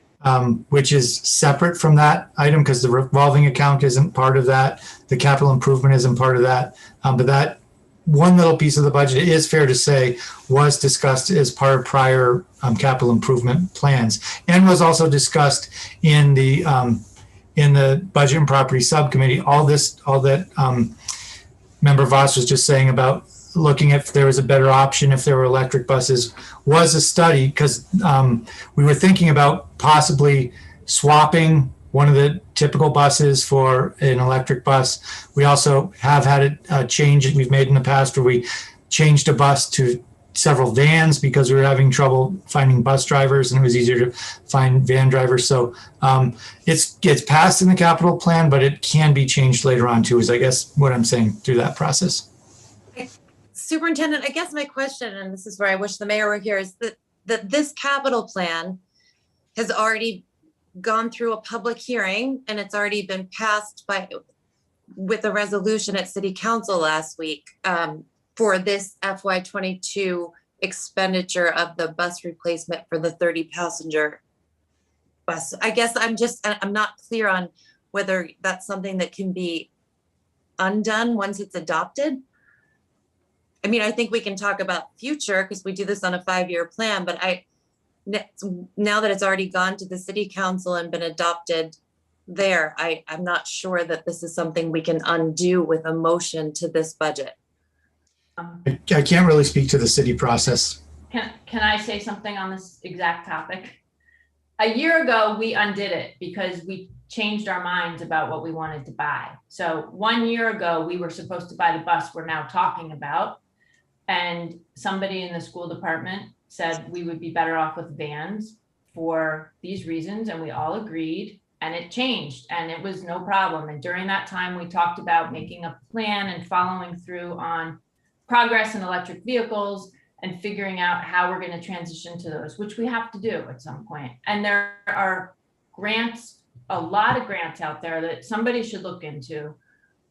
So we already did this a year ago. We changed our course completely. So I can't imagine the city council would say, don't reconsider this if you think there's a better way, and then we're taking your money away. I mean, we're trying to do what's right. And I don't know, maybe we'd get more grants. I think there's solutions to all these things. And if it's not this cycle, it should be next cycle. But if we don't get working on it, we're going to be behind and not take advantage of the grants and do the wrong thing. We talk about our high school students having all sorts of anxiety. Well, climate change is part of their anxiety. We have to start being leaders for this next generation and do what's right moving forward. And I think asking for us to have a conversation about if we can afford to and how we would transition to an electric vehicle is a really reasonable ask. I guess, okay, so trying to, as my first time ever chairing, I guess what I'm saying is that is part of the capital improvement plan that we theoretically resubmit every year. It's the 5-year plan, and then it goes to city council. It did go to city council with this FY22 expenditure already and was adopted by them last week. And so I don't know if what you're saying is true as far as the timing. And I'm not comfortable doing something if I'm not sure that it's even allowable. It's not that I'm disagreeing either way about what you want to do. It's a process question. And part 2 of that is, I'm not even sure that it's germane to this discussion of this budget because it's a separate vote normally as the capital improvement vote normally. And don't we have a capital improvement committee, like a liaison to the capital improvement committee? Which member on the school committee is that? That's, oh, Member Levy. Do you have further information about this, or? I've never been contacted about my role on this committee, so I have no information. Well, just so people know, this was part of my email with lots of questions to Dr. Provost, and what he answered was that the item on the buses is part of this budget, and I would think it's the part that we're matching, I guess, from what I'm hearing. And he summarized his perspective of the work we did on budget and property, and then he said he'll review this with central services before they develop facility requests on behalf of the schools. So I don't know either, Member Fallon. I'm sorry to put you in the position. I mean, I don't know the answer either. I feel like we need a phone a friend option for tonight. Superintendent Provost. So could I just suggest that this budget will run for the next 18 months? It doesn't even start until July 1st. It could be approved tonight, and the subcommittee could meet prior to moving forward on the bus and make recommendations. It's not like if you approve this budget today, I'm going to go down to the bus parking lot tomorrow and put down a down payment. Thank you. Member Busansky. Thanks. I just wanted to make sure we sort of wrapped up on this topic. Is that accurate? We're ready. Okay, so I just wanted to go back again to the NHS, mental health supports. And I, appreciate that you're going to be screening in May or June, but I really feel like that's just our practice is to put into the budget everything we think our kids need for the next year that we can afford, and not to add in later. For example, the SEL coach, which in the end we actually didn't ever fund or hire.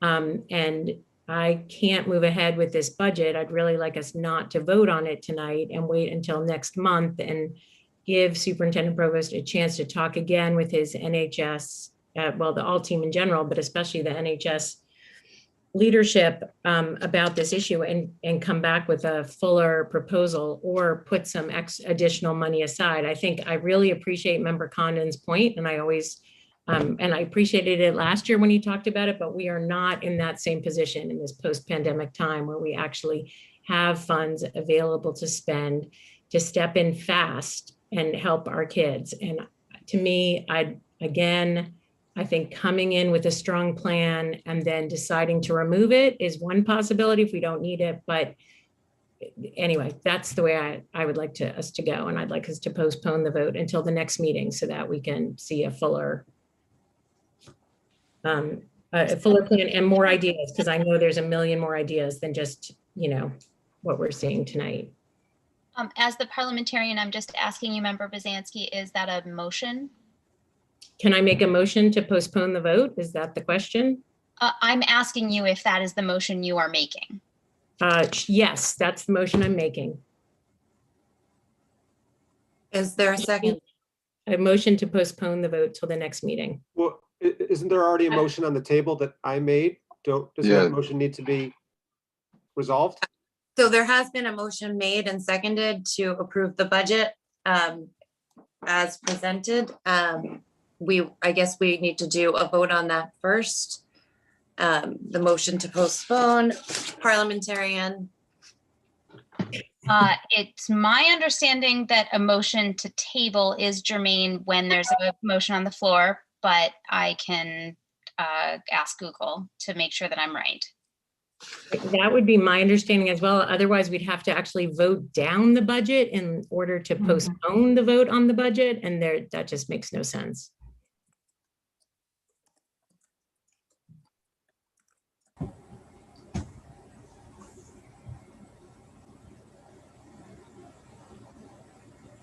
While we're, Member Voss has her hand up. Member Voss. thanks. While we're waiting, I just thought I'd chime in and say, I'm gonna support this motion at whatever place it comes, if it makes it that far, because I think there's another issue here that's really important, and that is through no fault of anyone who worked on the budget, this is really our first, what I feel like, public conversation of discussion. We certainly said things we wanted to see changes in, but just amongst us, and it was very short and late, and for good reason. There was really important COVID stuff going on. So Dr. Provost, this is nothing to do with your planning of this, but I just feel like this year, especially when so many families are struggling with their kids at school, we need to have time to put this out there, share our concerns, and hear what people have to say about it. And so that's another reason why I think it is worth waiting. So what I have gathered is that I don't see any, my understanding, I think, is still true, that a motion to table is germane to an active motion, and a motion to table is not debatable. So there wouldn't be discussion. It would just be an up or down vote.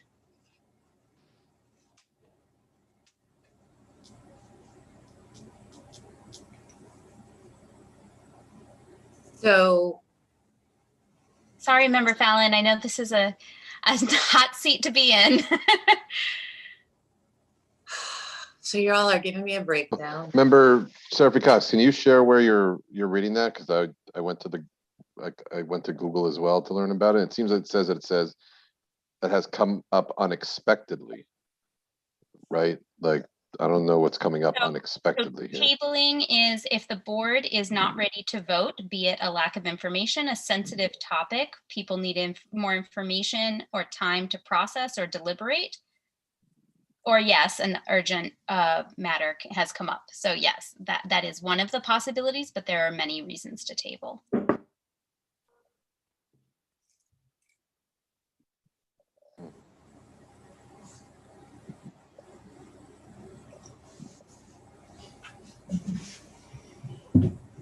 Okay, so I think that first off, that I don't know that we are asking to postpone. I think we are specifically asking to table the vote to a specific meeting date, right? Member Busanski, to the next meeting date, is that? Yes, to the next meeting date, which I guess is April 8th.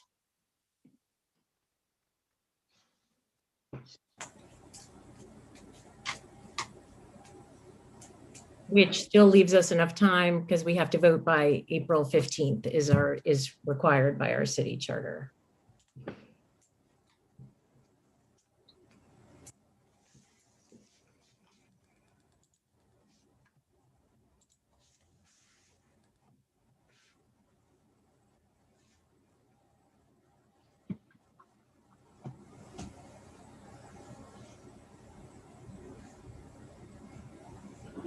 Right, I think that, yeah, because normally we would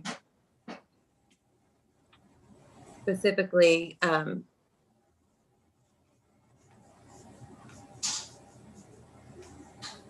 I mean, I believe we've been down this road before with rules and policies and other where we have tabled. Right, I'm just saying, Yeah. like, It doesn't make any honestly, I'm sense to just vote worried on the about budget first.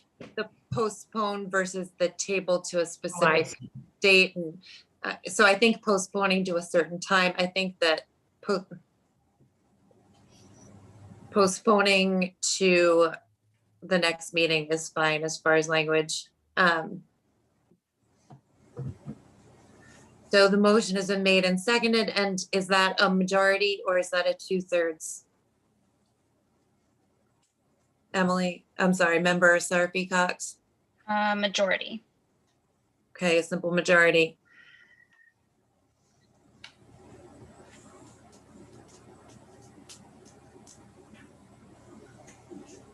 May I ask a question of the motion maker before we vote, or is that considered debating? Okay with me. So I won't say I'm against the idea. I'm just wondering, what would you hope to see or to happen between now and next meeting that would elucidate the issue or clarify things or make it more comprehensible? Well, I mean, I guess, well, as I already said, I would hope to see a more thorough look into the mental health ideas for how to help our students' mental health needs at the high school. But having said that, I think that member Voss made a lot of really excellent points about why, in additional reasons that we really need to postpone and wait till the next meeting to vote. It feels like it is, fair to the community and the feedback process, for people to be able to, listen to our conversation tonight and to add their thoughts, ideas, concern, and get that kind of feedback. So I would say all of the above. Okay, I'm gonna say with this, with a confidence that I may or may not feel, that there has been a motion to postpone to the next meeting, that it requires a simple majority vote. It will be a roll call vote. If the motion passes, this conversation, the budget vote, will go on our next meeting's agenda. If it fails, we will return to the main motion, which was made by member Condon, of voting on the budget this evening. And so with that being said, I think we're ready to vote on whether or not to postpone to the next meeting. So if the clerk could call the roll, please.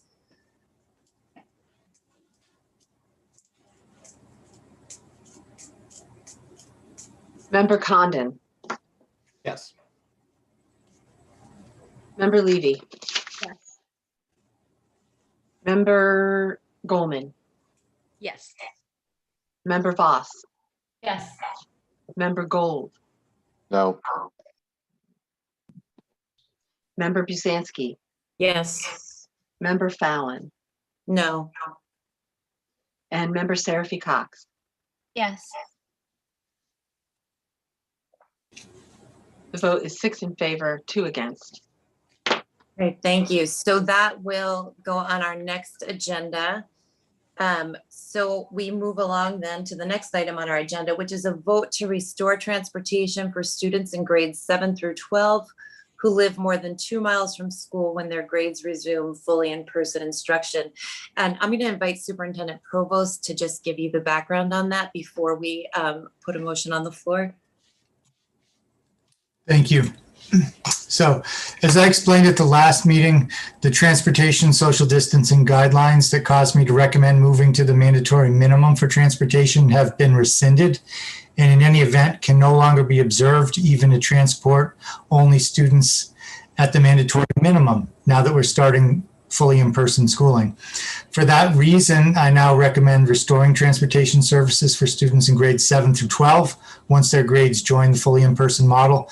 To save some capacity, I would still recommend starting transportation at 2 miles from school instead of 1.5, which has been our practice in the past, and charging a prorated rate of $55 for bus passes for the remainder of the year. Students eligible for a free reduced lunch would not be charged for a bus pass. Thank you. Is there a motion to open this item for discussion? So moved. Is there a second? Second? Okay, a motion's been made and seconded to restore transportation for students in grades 7 to 12 who live more than 2 miles from school. Is there any discussion? Are there any questions? Member Voss? I just want to confirm my understanding of this is would put the normal number of kids on the bus, so 2 kids in a seat, basically. Well, younger, Correct. I guess. It would allow buses to run at their listed capacity. Okay, and so I'm just gonna say, I guess Massachusetts says this is okay. I'm really struggling with it. I want the buses to run, but in the current situation of the numbers of COVID going up, the strains that are being found and hardly being tested for in our state, and much more problematic for kids. And if you look at the numbers of COVID cases among kids, they're going up. And this has all changed in the last few weeks. I'm really, really concerned about putting kids right on top of each other on a bus. And so I'm struggling. And I guess a question I have for you, Dr. Provost, is can we use some of our stimulus funds and have more buses so that we can bus kids in a safer way? The constraint is not the number of buses that we're contracting for or financial. The constraint is the capacity of the transportation providers. As you may recall, one of the challenges we dealt with the fall before the start of COVID was our buses weren't running on time because there was a nationwide shortage of bus drivers. We were pulling bus drivers out of Worcester to try to cover our routes, et cetera. Under our contract, our provider is only able to provide a certain number of buses to us. That's all they can guarantee. We have had discussions, but that national shortage persists. And, you could double the transportation budget. I think you'd still have the same number of buses that we're able to run locally.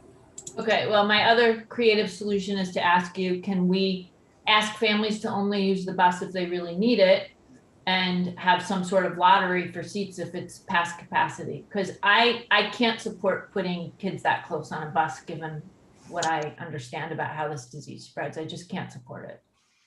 In my letter to families regarding changes to transportation that are probably upcoming, I did encourage them to transport their own students if they could. I also encouraged them to take advantage of walking school buses, have students ride their bike to school, all of that.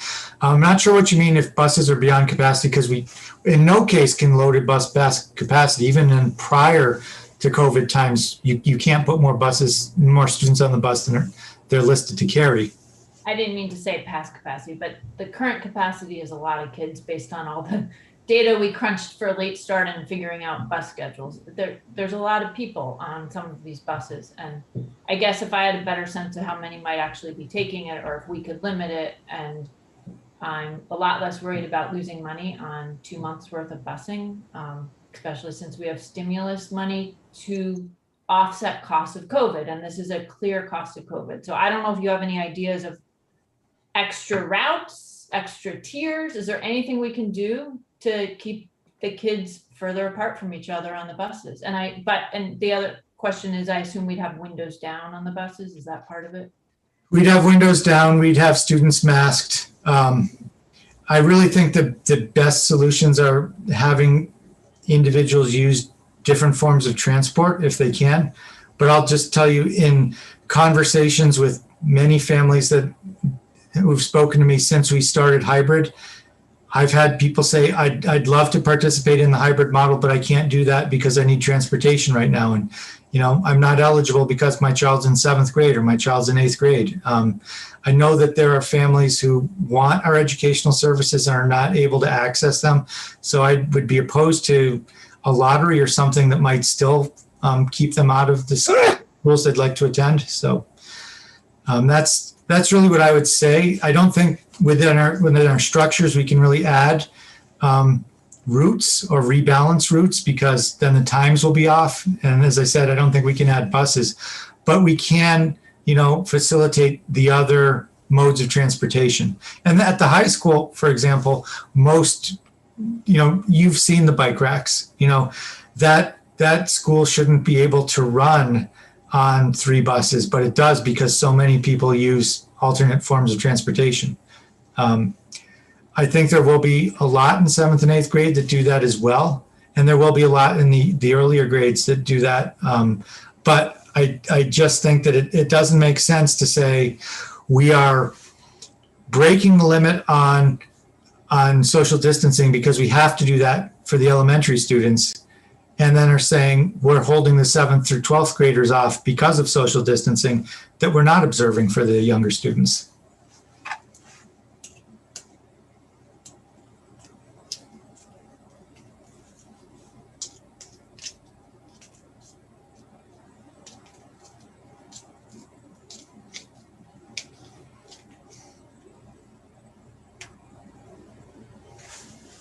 You're muted, Member Fallon. Sorry, I was saying Member Seraphy Cox, your hand was up. Yeah, I think that that Superintendent Provost answered my question. Yeah,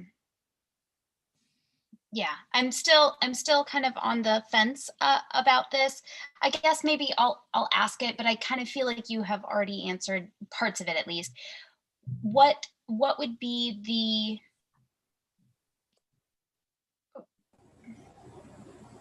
No, I'm sorry. You did already answer it now that I'm thinking back on what you said. Okay, never mind.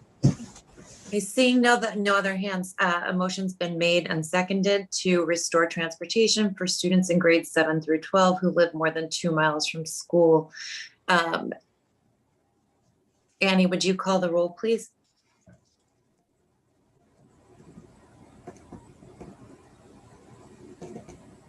Member Levy. Member Goldman. Yes. Member Voss. I'm abstaining. Member Gold. Yes. Member Busansky. Yes. Member Fallon. Yes. Member Seraphy Cox. No. Member Condon. Yes.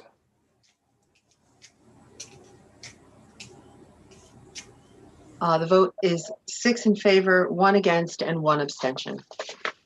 The motion passes. Okay, the final item under new business we have is a vote to authorize the superintendent to begin negotiations with a business administrator candidate or to reopen the search. And I would like Dr. Provost to take a minute to bring the committee up to date on that. Sure. At the last meeting, the committee voted to authorize me to enter into negotiations with Courtney Laborious. We had a long negotiation, lasted over a week. I think that the candidate was very excited about coming to Northampton and understood the benefits package being offered. However, what I don't think the candidate realized was how the Massachusetts teachers retirement system worked. She was coming from another state where school business administrators are not required to belong to teachers retirement.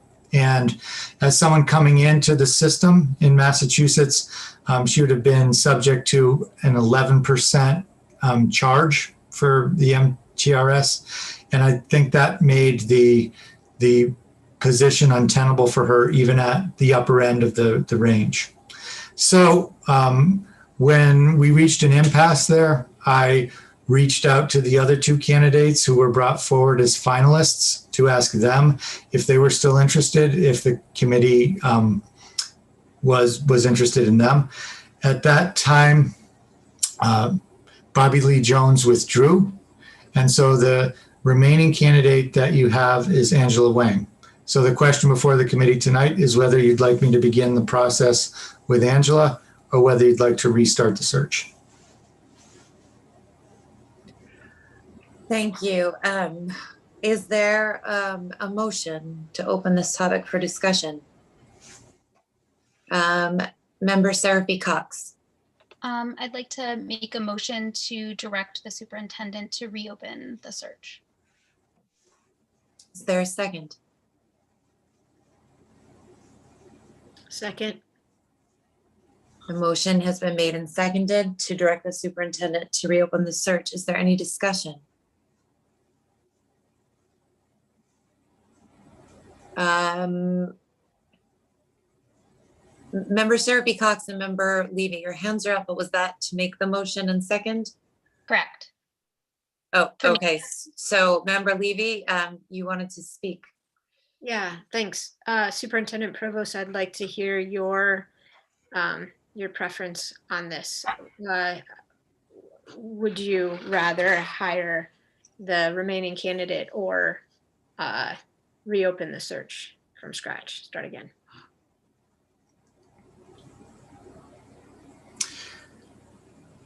That's a really hard question. I think that we've seen the best candidates that are out there. We just finished the search a month ago. There may be a few new candidates out there. I think a likely outcome will be that there will be candidates possibly with less experience coming forward. So that's a danger of doing research, another search. If that's the case, I guess I would just say that members should know that and not say, if this next batch looks, wanting in comparison to the first one, that they not, that they bear that in mind, that that's kind of the risk of doing another search right now. I think, we were divided, as I said, among the search committee. I would also share in just what I've heard from feedback from different members of the committee who've talked to me. There's divisions. I would really love to have a candidate that everyone is behind rather than one that comes in with sort of divisions. And so another search is attractive to me for that reason. But, that being said, if there was interest in this candidate, I think she certainly has the skills we were looking for. Okay, thanks. And then my other question, I imagine you probably exhausted all of your options with in your negotiations with Courtney. I guess I'm just wondering if that 11%, could we raise the salary enough to meet it halfway so that maybe, half of that 11% was compensated in the salary? I didn't go there because I didn't have the authorization to do that. The school committee could do that. I would say that would cause some pay equity issues with other folks. So there's some other people who would need to be realigned.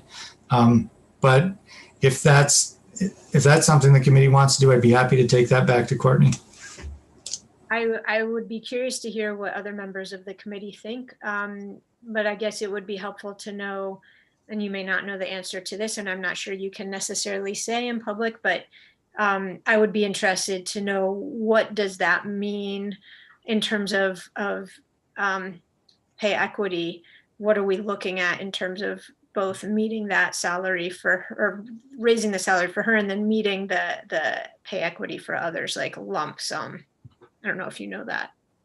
I don't know what the total figure would be for all the individuals involved. I would imagine there'd probably be about 7 other people who would probably need an adjustment. Okay, thanks. Member Gould.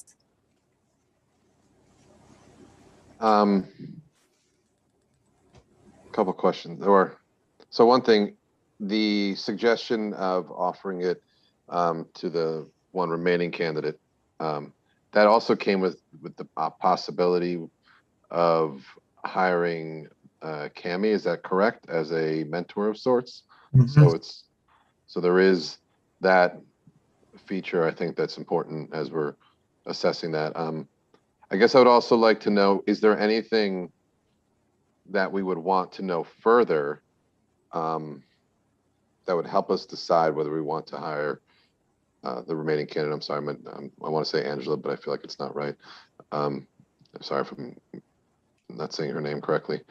But yeah, I'm wondering, like, what other information might we want to need that would give us more confidence? I did hear from a few committee members that we actually preferred her based on the interviews that day.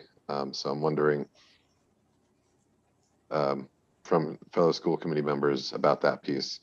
And I guess lastly, I'll throw out there, I was a little bit surprised that someone applying for this position was not aware previously, specifically because this position involves budgeting and finance, the impact of the salary difference. So that surprised me that that's what broke the deal this time. And so I would prefer not going back there at this point. That's my inclination. Member Busanski. Thank you. So I'm curious, Dr. Provost, about the timing. Can you just remind me Cammie's timing for departure? Again, where we're at? Her contract expires at the end of June. She has a lot of vacation time that she will be taking, probably starting in about 5 days. Got it. So just thinking, just thinking back, we started the search committee process on around February 1st, I believe. And so here we are, 7 weeks in. I mean, obviously we could do a more abbreviated process, but I can't imagine that it's going to get much more abbreviated than, 4 weeks, 5 weeks. I don't know. Maybe you have a recommendation. And given, what you said about, it's not going to be a much different pool that we're going to get this time. It feels to me, and of course, I guess I am kind of biased because I did feel, good about Angela. So I feel comfortable. If you feel comfortable, Dr. Provost, and I'll go back to that original question that was posed to you, but if you feel comfortable, then I would be supportive of going ahead and offering the position to Angela. And in terms of our, first choice, Courtney, I think it sounds to me like 7 other adjustments of salaries would be sort of an untenable situation. So I would stay away from going back to her, even though I liked the creative thinking behind that idea, but. So, there's a lot of hesitancy on behalf of the committee. There is hesitancy on behalf of the hiring committee. I will share that Angela was my number 2, but she was not the number 2 of everyone within that group or everyone within the committee. And, that would be my concern. What I think would happen if we were to redo the search is we would probably end up with someone who was coming in with less experience, maybe someone who we didn't bring in for an interview in that first batch because of lack of experience. And even with that, I think I would still make the same recommendation that we have the person involved with MASBO, we have the person involved with CAMI, and really train that person up. Member Goldman. Thank you. Just because someone asked what other members were thinking, I also am inclined to recommend moving away from the first candidate and asking Dr. Provost to move forward with offering the position to Angela with the training piece with Cami. Member Buss. I don't have a strong opinion, but just like Member Goldman, since you asked, I guess I want to hear Dr. Provost. Would you? I was comfortable with Angela. We hardly interviewed them, so it's a lot less for us to say than your other group. But and so I could support what members Busanski and Goldman just said very much. But I guess my question for you is, would you want us to cost out what it would take to pay her more and go back? Do you think she'd even say yes? Or do you think we should move ahead? Like, where do you fall on that?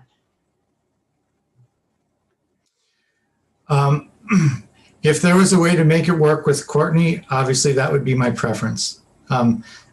I would want to make sure that everyone else was taken care of too. I feel like she was a unifying force, right? There was strong support among everyone in the screening committee. I felt like after discussion, the committee was able to get behind her. And that means a lot coming into a position. So I would not be uncomfortable with raising the salary.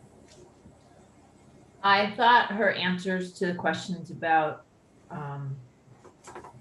some of the questions were really thoughtful in a way that was special. And so for that reason, that's why I asked you that question. And I don't have a good sense of the range of what business administrators get paid, but I do feel like in Northampton, we often don't pay people as much as surrounding communities. And that's something, if we want to get really good people, we're going to have to talk about and make choices about. So I'm open to talking about offering her more if we think she's really special. And that sounds to me like the committee thought she was special. But I'm also comfortable with going number 2. I don't really know. Member Levy? I will say that I did think that, I'm sorry, I'm forgetting the name of the person who we offered to. Courtney? Courtney Okay, thanks. Laborious. I did also think that she had some really great answers. I thought Angela had some really great answers too. And I was actually torn between the two. I thought they were heads and shoulders above the third in our interaction. And I agree, it was a short interaction, and you and your committee had a longer interactions. But my question is, have you checked references already? Do you have the background? I believe you did, but just want to make sure that she has already been fully vetted and we have a sense of her. Not Yeah, so I checked references on all 3 candidates.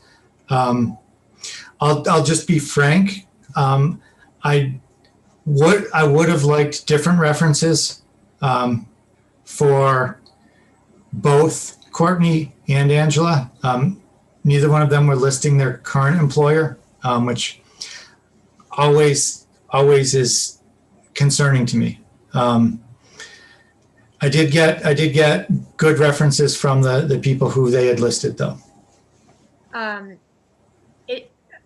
Okay. So my understanding is, so again, not having done this in a public entity, that contacting current supervisor, even if they're not listed as a reference, is okay to do, is it not? We did request permission, but we're asked not to. Huh. Okay. Well, I will second what Member Voss said. I agree that if what we want to do is get really stellar folks, then being willing to pay more, I think is a part of it. And so I would support raising the salary for the 7 other folks too. Again, not really knowing what that means dollar wise. It's hard to really say that, but to let you be the one to determine whether that is worth it. And if that's not worth it, I don't have huge reservations about Angela. Member Bisanski. Thank you. I feel like we're in this kind of circular motion where we keep wanting to turn to you, Dr. Provost, and have you give us direction, and you keep turning back to us and saying it's up to us to give you direction. And yet it does kind of feel like you're a little bit the keeper of most information, all of the information. And you're in that kind of key position where this person is really going to be critical to supporting you and supporting the district and everything. I wish, and I also just wish that we did have Cammie on the call, just because it'd be great to have a better sense of what that would mean, those 7 other adjustments. I mean, if we're talking about going back to Courtney and offering an additional, half, I guess, was, would be about $6,500. But what does that mean for those 7 other positions as well? And I think she didn't, correct me if I'm wrong, Dr. Provost, but she didn't really understand what it meant to move to the Massachusetts system. They don't have this requirement in That's correct. Connecticut, right? That's so correct. I don't think it's a, budgeting or a finance issue, is more just and not understanding the Massachusetts system and that there'd be this additional. So, so that's, so I would be all for, if you really think it's doable, to adjust the 7 other salaries, though I'd really like to know the cost of it. I could see going back to Courtney. Having been on the search committee and in that longer interview, I really think what was really, really great and worth it, and why she was above, heads and tails above the other 2 candidates, and how she, again, what Dr. Provost said, that everyone, unanimous, it was unanimous, and we were all coming at it from, different perspectives, and yet we all thought she'd just be such an addition. Or I could see going with Angela. It makes me a little nervous to reopen the search, unless, again, Dr. Provost, feel free to give us some direction. So I feel you requesting something really definitive for me. So what I would say would be helpful is if the committee gave a figure for Courtney, said throw it out there, and if that doesn't work, immediately go into negotiations with Angela. Yes, though I just want to add to that, it's since we're just not clear on what else it would cost us in those additional 7 adjustments, approximately 7 adjustments, right? That's what I was trying to point out. Right. Well, I would think you would have to do something comparable for the others as well. Right. So we're really talking about, $45,000, $50,000 additional. Yeah. What makes me nervous about that is that is then, every year as they get raises, that is their rate of pay, and we go down that road. It's an additional, personnel expense. So. Okay, I will continue. There's still more hands up, 3 more, but I will remind you guys that the current motion on the table that's been made and seconded, is to direct the superintendent to reopen the search. So I don't know if any of you are making motions to amend, or if you have conversations or questions, but next up we have Member Gold. I'd like to make a motion to table this vote until our next school committee meeting, so that we can have the information as to how much this would actually cost with the additional, making all the other funding levels, those other 7 positions, before we go ahead. Is there a second? Seeing none, motion does not carry. Did you have questions or anything else to say? Okay, moving on to the next hand, we have, is it possible we have Member Voss? Yeah, I think so. I have a question, and then I'm going to try to ask if I can change the motion. Dr. Provost, my question is, first of all, do you sense that if we went back to Courtney, there would be interest in a raised salary? Is this a fruitful path to follow? And I'm worried about losing both of them. So I'll just say that if we don't act, I don't know that we're going to get anyone, and we have somebody leaving. But do you get the sense she would be interested if you could offer her more? Well, it was only about money in the end, right? She liked the district, she liked the team. And is there a way, it's about the retirement money, is, in a private university, you have ways of spinning these things. Is there a way for us to contribute more to her retirement? And, maybe it's apples and oranges with some of our other employees, because she's new and there's a different situation, and it doesn't have to be in salary. Are there creative ways to do that? Have we explored that? It's a payroll deduction. There's really no way around it, and it's a statute. Okay. So I guess where I'm landing is, I know how understaffed that central services is, and we need really good people to support it. And if you're comfortable with the idea of the amount that we would have to find in the budget to pay people what it costs to hire them to do this level of a job, I'm comfortable supporting that. So I guess I would ask you, if I'm about to make a motion, how much would you like in my motion?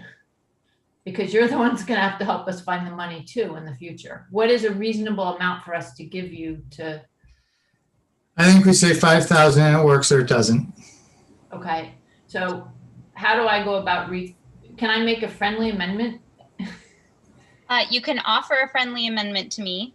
I'm gonna offer an amendment to you, which is very different from what's on the table, but I'm gonna ask Understood. if we could, or I guess I could ask if you want to take your motion off the table. Is that Yeah. better? Just talk and I will probably Okay, say so yes. what I would like the motion to be is, or to offer the amendment to you, is that we ask the superintendent to go back to Courtney Laborious with an increase of $5,000, up to $5,000. And if she rejects that, to then enter into negotiations with, is it Angela Wang? Is that her name? With Yes. Angela Wang. Okay, yes, that is a friendly amendment. So you want to accept that entire amendment to replace what you had previously said?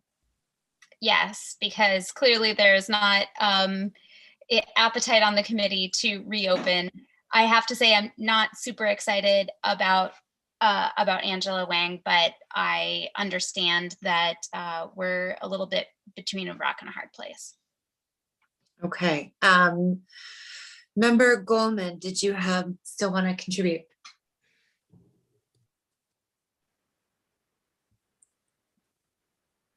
Yeah, I guess I'm comfortable with what's on the table, but it just makes me question, and this isn't the first time, we're making adjustments to what we offer in salaries, but I just do ask members to be mindful of sort of our process for creating fair and equitable salaries and compensation across the board as employers for all of our employees, and thinking about all of the debate and movement about, $5,000 or whatever the amounts are that we're working with on our budget.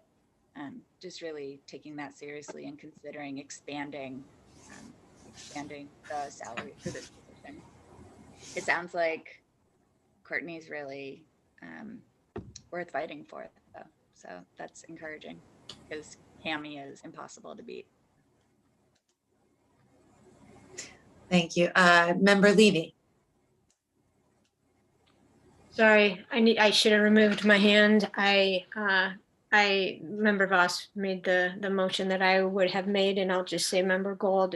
The difference about it is I don't think we have time to wait until our next meeting. Member Gold, was your hand up? Okay. Yeah, just to make sure I'm doing my math right here. I mean, if she had a problem with 11%, we're offering her a third of that by going up by $5,000. So we're not, I mean, if we're worried about timing here, I get what you're saying, Member Levy. We're saying we'll cover 5,000 of it. Some of that 5,000 would then go into the 11% that she would be losing. So she really wouldn't be getting 5,000 as an increase. And there's a lot of if we have a budgetary responsibility, there's a lot of financial implications here for other positions. And I'm frustrated that we're making that without actually knowing the numbers. And also, I appreciate what Member Goldman said, and really thoughtfully thinking about the implications of job equity and attainability for people with this. So last thing I'll say is Dr. Provost did share with us that he offered her the highest possible salary for this position. So. Member Levy, your hand's up. Yeah, I guess I didn't read it that way. I read that he offered at the top end, like close to the top, but I'm not sure if it was the top. So that would be a question for the superintendent. And I guess to me, maybe I need to hear the motion again. I do think 6.5%. Sorry, 5.5%. How's my math? And meeting halfway is what I would suggest. And then the other thing is that I think what the motion said was that we're asking the superintendent to, I think, and again, I want to hear the motion again, to first do the math and to see what is the dollar amount that others would need to be raised as well, and to use his judgment as to whether that's the right thing to do in this case. So Susan, or Member Voss, could you repeat the motion? Yeah, I used his recommendation of $5,000, which it looks like 7,100 something, so would be 5.5%. So I'll see if Member Seraphy Cox wants to accept a different friendly amendment, because I agree with what you just said. So do you want to word it? Do you want to say it? Well, I guess to me, what I would say is something along the lines of the superintendent taking a look at the salaries that would need to be adjusted in order to offer $7,000 more to Courtney. And if the superintendent feels that it is within the interest of the district to make those adjustments in order to offer a more, this is too long for a motion. I just end it there. If the superintendent feels it is within the interest of the district to make those adjustments and offer Courtney $7,000 to move forward with that.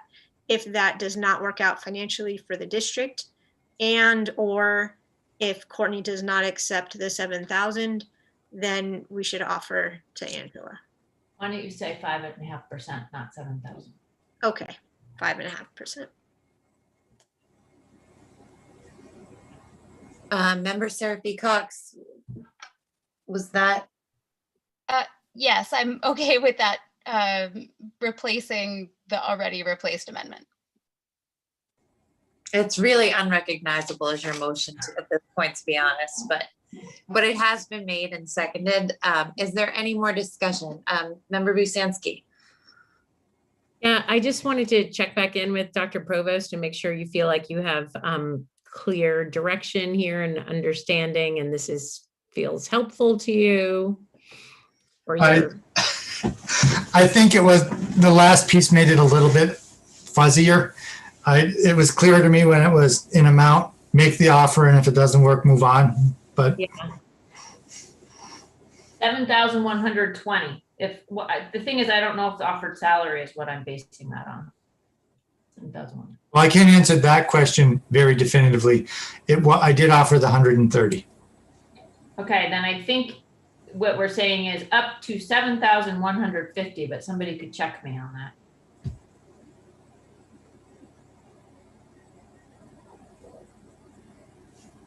I think that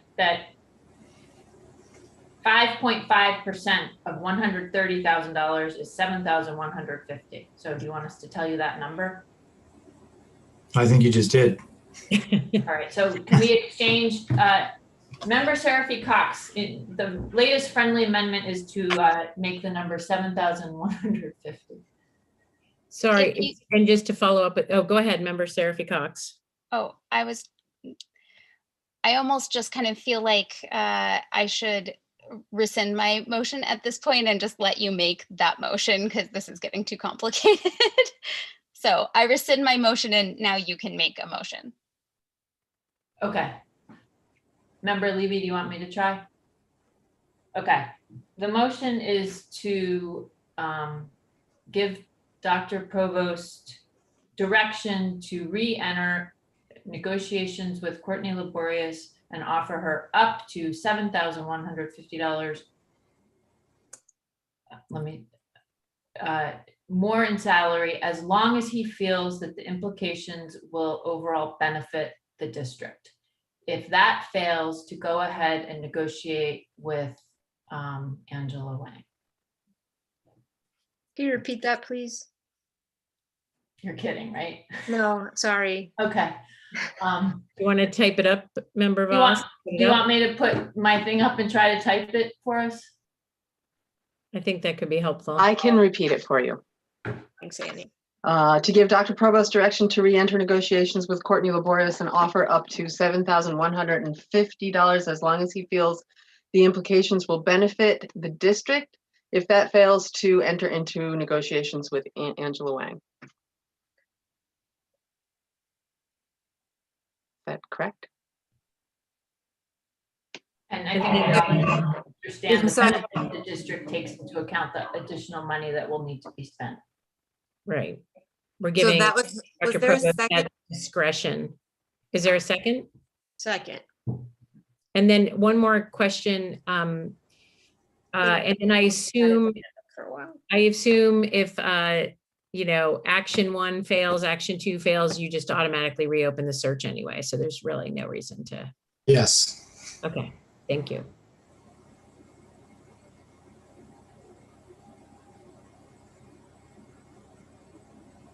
I think Member Gold has had his hand up for a little Oh, while. I'm sorry. Member Gold. I think we really need to think about what we're doing here, because that 11%, it might not be the quantity of money she is getting, but what happens to that money, right? The 11% is going into the MTRS. It's not as if she were making up that difference necessarily, right? Like she's not, maybe there's another retirement, something that she has, how many years she has, and that it's going to take her to recoup that money effectively. Like there's all of those implications that have to be taken into consideration here. If we are worried about the timeline, I think that's something really important to consider before we offer someone additional money.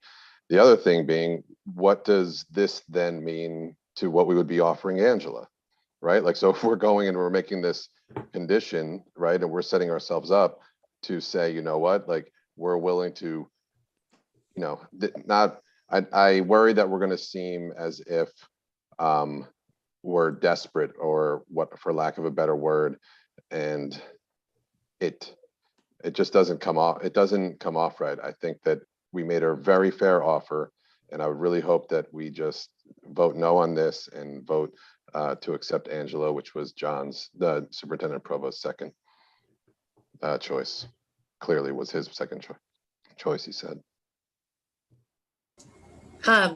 So I don't know if I'm technically supposed to pass the gavel or not to just offer my thoughts on this, but I do want to say I'm a bit concerned. The most recent fiscal year earnings I can pull up are from 2020, but I mean, with this pay raise, she would be earning so close to the top of all of our employees in the city of Northampton. And looking at, I mean, even what Susan Wright was earning after 36 years, or 34 years, I guess, or 33 years, because this is a little bit older, but like it does worry me that we haven't had Cammie weigh in on this. We haven't had the mayor weigh in on this as far as keeping the balance in the city, and how far up we're going to have to bring others to meet this. So I'm a little uncomfortable with us making these decisions on the fly with no, with the mayor not here and the business administrator not here to weigh in. But I am by nature cautious, as you all know. So if there's no further discussion, there is a motion made by, Member Busanski. I really, I respect what you're saying, and I just wonder if that's kind of a little bit of the, homework that in that motion is built in, that we just don't, time is just not on our side with this one. And it would be good to have Dr. Provost, to have you check in with Cammie and with the mayor about this, if you think that's possible. And we're really giving Dr. Provost, I think, discretion on this to move ahead as he sees fit. We are not saying that he has to make this offer or even offer $7,150. So what we're just really saying is that we're giving him some discretion to move ahead. That's how I see it. But Dr. Provost, is that how you're also interpreting it? It is, although this is a public discussion, so it's what your offer is known now, right? Yeah, So, but but baked into that offer is looking at what other pay raises would have to happen and, Right. aligning it with city needs and, Right, and I can tell you that before posting this, I did look at, other comparable districts. I found all the comparators. I felt like the range we offered was right on par. And I did discuss that with the mayor, and I think he was comfortable with that, with 130 as the top as well. So there's that. Okay, we have a motion made by Member Voss, seconded, and there seems to be no further discussion. I would ask the clerk to call the roll. Member Goldman, No. Member Voss, Yes. Member Gold, No. Member Busansky, yes. Member Fallon, No. Member Seraphy Cox, Yes. Member Condon,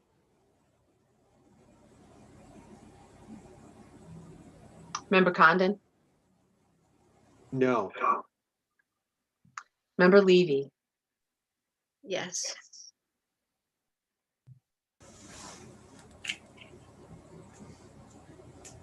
the vote is split, 4 in favor and 4 against.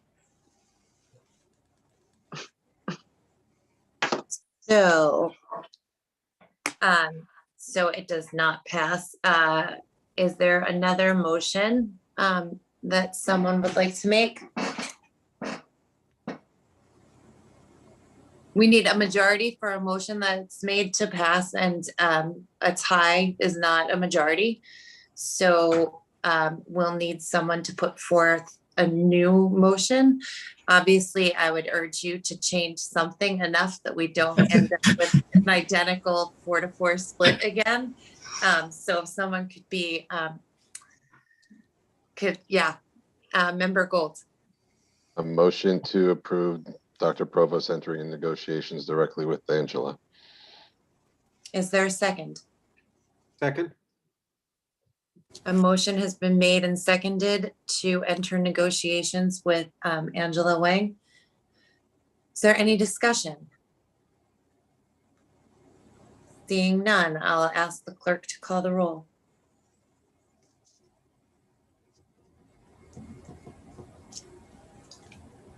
Member Voss, No. Member Gold, Yes. Member Busansky, No. Member Fallon, Yes. Member Seraphy Cox, No. Member Condon, Yes. Member Levy, No. and Member Goldman.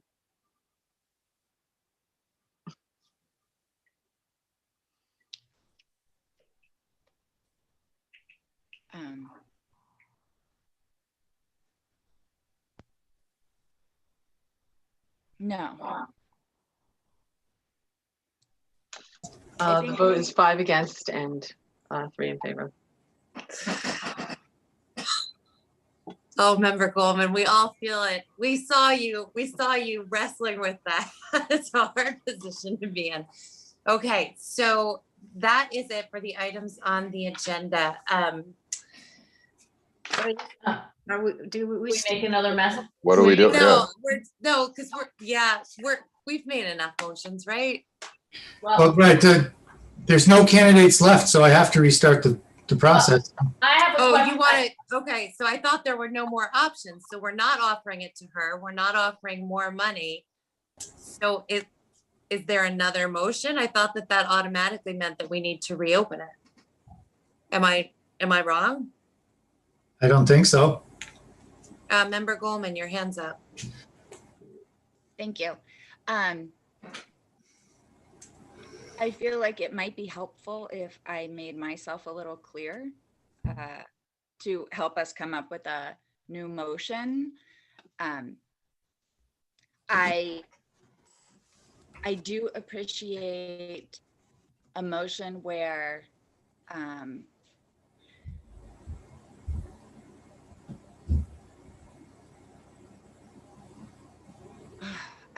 I'm sorry. I wasn't expecting this.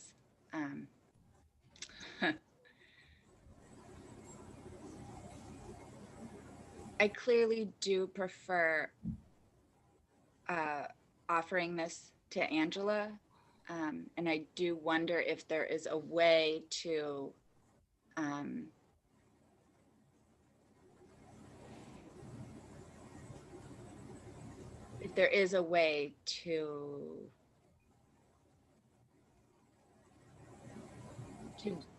bring, I guess the question is it true? Is it the case that Courtney won't take the position if we don't offer more than 130? That's the case, right?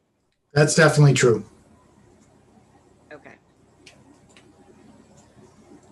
I do support, offering people proper salaries. I just wonder what the process is for making those ranges, and it feels haphazard to create those opportunities in this way.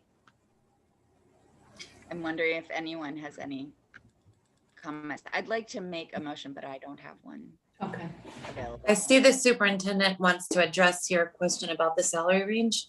So we do the salary range much in the same way we would go into collective bargaining. We look at comparator districts. We look at districts of similar size with similar finances and similar central office setup, and then develop a range from there.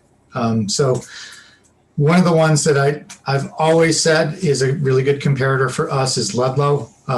Those who've been on negotiations hear me say that many times, but they're a group of about, I would say, 10 districts that we look at, and we see what the ranges are in those districts. And that's what we use to set the low and the high. Member Voss. I'm going to try once more, and I'm going to say, I think it's really important we hire somebody, and we need to figure this out. And time is of essence. And I'm just really trying to support the superintendent here. And I completely understand people worried about the extra money. Where I'm coming from, and I think, Member Goldman, it might be what you're feeling, I'm not sure, but I'm not excited to spend more money, but from the few answers I heard, I felt like we had a pretty special candidate, and that's why Dr. Provost spent so much energy trying to work this out. And honestly, if we go back with a few $1,000s, I'm not really sure we're gonna get her, but it just feels like when you have a special candidate, you wanna make the best offer you really feel is responsible to make. And that's where I'm comfortable going a little bit over this range. We've seen that happen before. We've had people in our own district come back. We've had executive sessions about it. We need to pay them more to keep really good people here. So I would like to try once more, if you don't mind, Chair Fallon. And I'm really willing to take input onto the amount I put on it, and it will be lower than 7,150, but I'd like to give him the flexibility of reaching out once more to Courtney Laborious, and if that does not go anywhere, to then reach out to Angela Wang. And so he had suggested 5,000. Is that too much for people? I'd like to give him some latitude in working through this and getting to the best solution that's going to be for his office as soon as possible. Can I just ask a practical question, Member of us? So this is all public. If we offer this additional money to Courtney Laborious and she declines, and now we go into negotiations with Ms. Wang, and she says, I'd like the same amount of money that you were inclined to offer, I guess, does the superintendent need to bring that back to us? Is that, I don't think we're offering it to the. Okay, so I just wanted to be clear. There were two candidates. They have different levels of experience. They have different levels of things our district is interested in particular, some of the work they've done that we read about in their applications. And we have, that's why we're doing this last little bit. And I'm not expecting there's going to be a change even, but I think it's been expressed that he really wants to try, and I'd like to support it. And I think if we did get somebody extra with this extra experience that our district could really use, that would be great. And if not, I think Angela Wang would be fantastic. And I said that at the meeting. And so I don't want to give the impression that we shouldn't ask her, but I just want to enable him to do both of these things. So I'll let somebody else make the motion with a smaller amount of money, and whatever comes up, I like that. Superintendent has his hand up first. Yeah. So now I'm getting really confused because after a motion to offer more money failed, it was a straight motion to offer the position to Angela, and that also failed. So I don't know why we would go back to Angela if this one doesn't work in your motion. I can say I voted against it. I wasn't happy with the fact that we weren't figuring out a way to be more creative about the options. That's all. I have no problem with Angela. So currently I see no hands up. I have no motion on the table. It is 9:30. Member Levy. So I would move that I move the same motion that Member Voss moved earlier, but the dollar amount be 5,000 with the same stipulation that it's up to the superintendent's discretion if that dollar amount then puts the district at a disadvantage in any way. So same exact motion, Annie, except changing the dollar amount to 5,000. And I would just, for the sake of discussion, echo what Member Voss said, that I still support offering to Angela as a backup plan. I didn't vote for that as an initial plan because I think if what the superintendent, and again, I'm listening to the superintendent, and he has said that he would like to make it work with Courtney. And so I think it's worth trying to make it work one last time. Okay, a motion's been made. Is there a second? Second. Okay, there's a motion on the table. It's been seconded. Is there any discussion? Member Gold.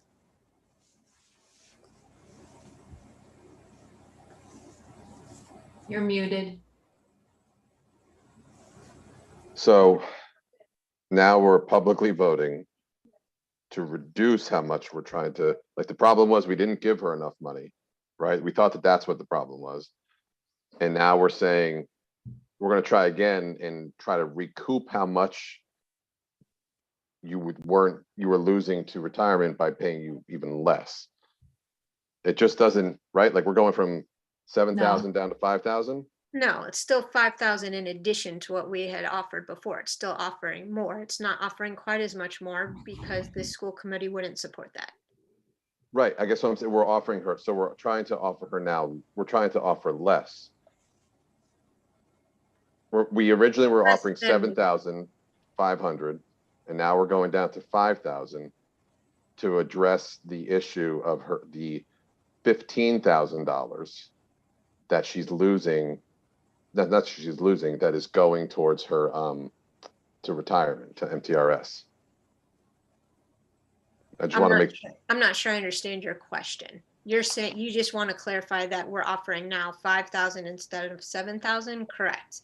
And the reason for that is the school committee didn't support offering 7,000. And if there are people who are worried about equity in the district, perhaps that makes equity in the district a little bit less of an issue. And perhaps there's a little bit less that we need to do as a district in order to ensure equity across pay.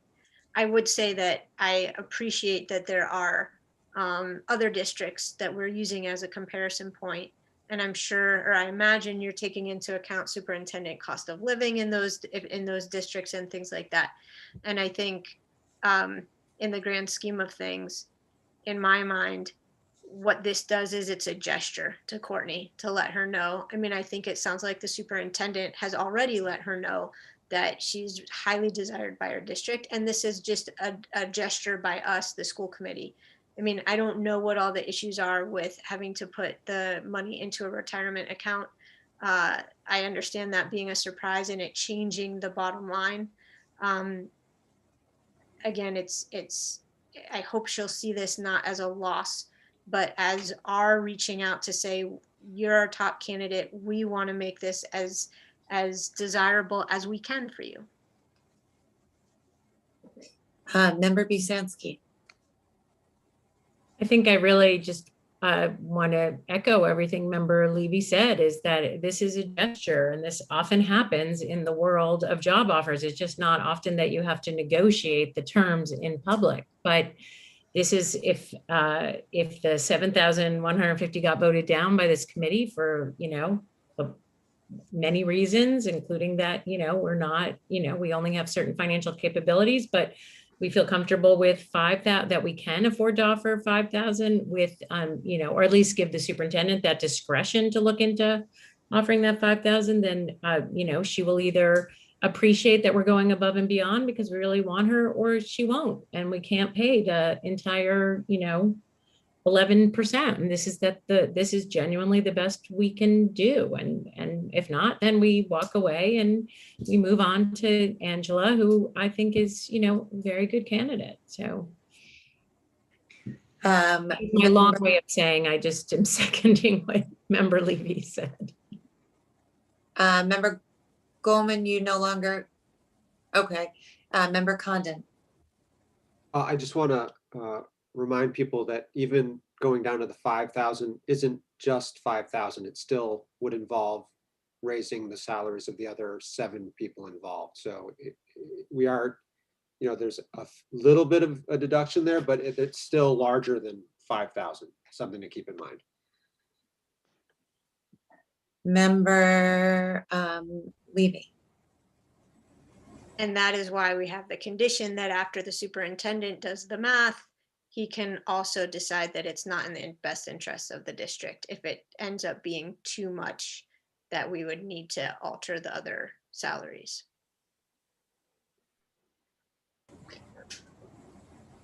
Okay, Member Goldman. I'll vote yes for this motion. I don't see any other hands. So the motion that is on the table, the motion that's been made and seconded is to offer Courtney Laborious, was it ultimately the percentage or the number? Up to 5,000. 5,000. Up to 5,000. Okay. Annie, would you call the roll, please? Member Gold, No. Member Busansky, Yes. Member Fallon, No. Member Seraphy Cox, Yes. Member Condon, No. Member Levy, Yes. Member Goldman,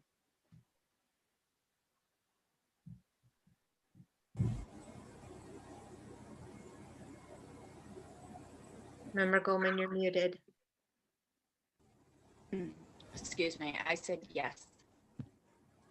and Member Voss. Yes. The vote is 5 in favor and 3 against. Okay, so the motion carries. Now we have a plan. That is the end of those items on the agenda. Before we move to the executive session, I would like to just announce the future business and meeting dates. All meetings will be held via Zoom conferencing until further notice. We have a superintendent evaluation subcommittee scheduled for Thursday, April 1st at 3:30 p.m. The Student Advisory Council, Thursday, April 8th at 6:15 p.m. The regular school committee meeting on Thursday, April 8th at 6:45 p.m. A school committee meeting Thursday, April 22nd at 6:45 p.m. And then the first school committee retreat on Thursday, April 29th at 7 p.m. and the second school committee retreat on Thursday, June 17th at 6:30 p.m. The next item on our agenda is an executive session. Would someone like to make a motion?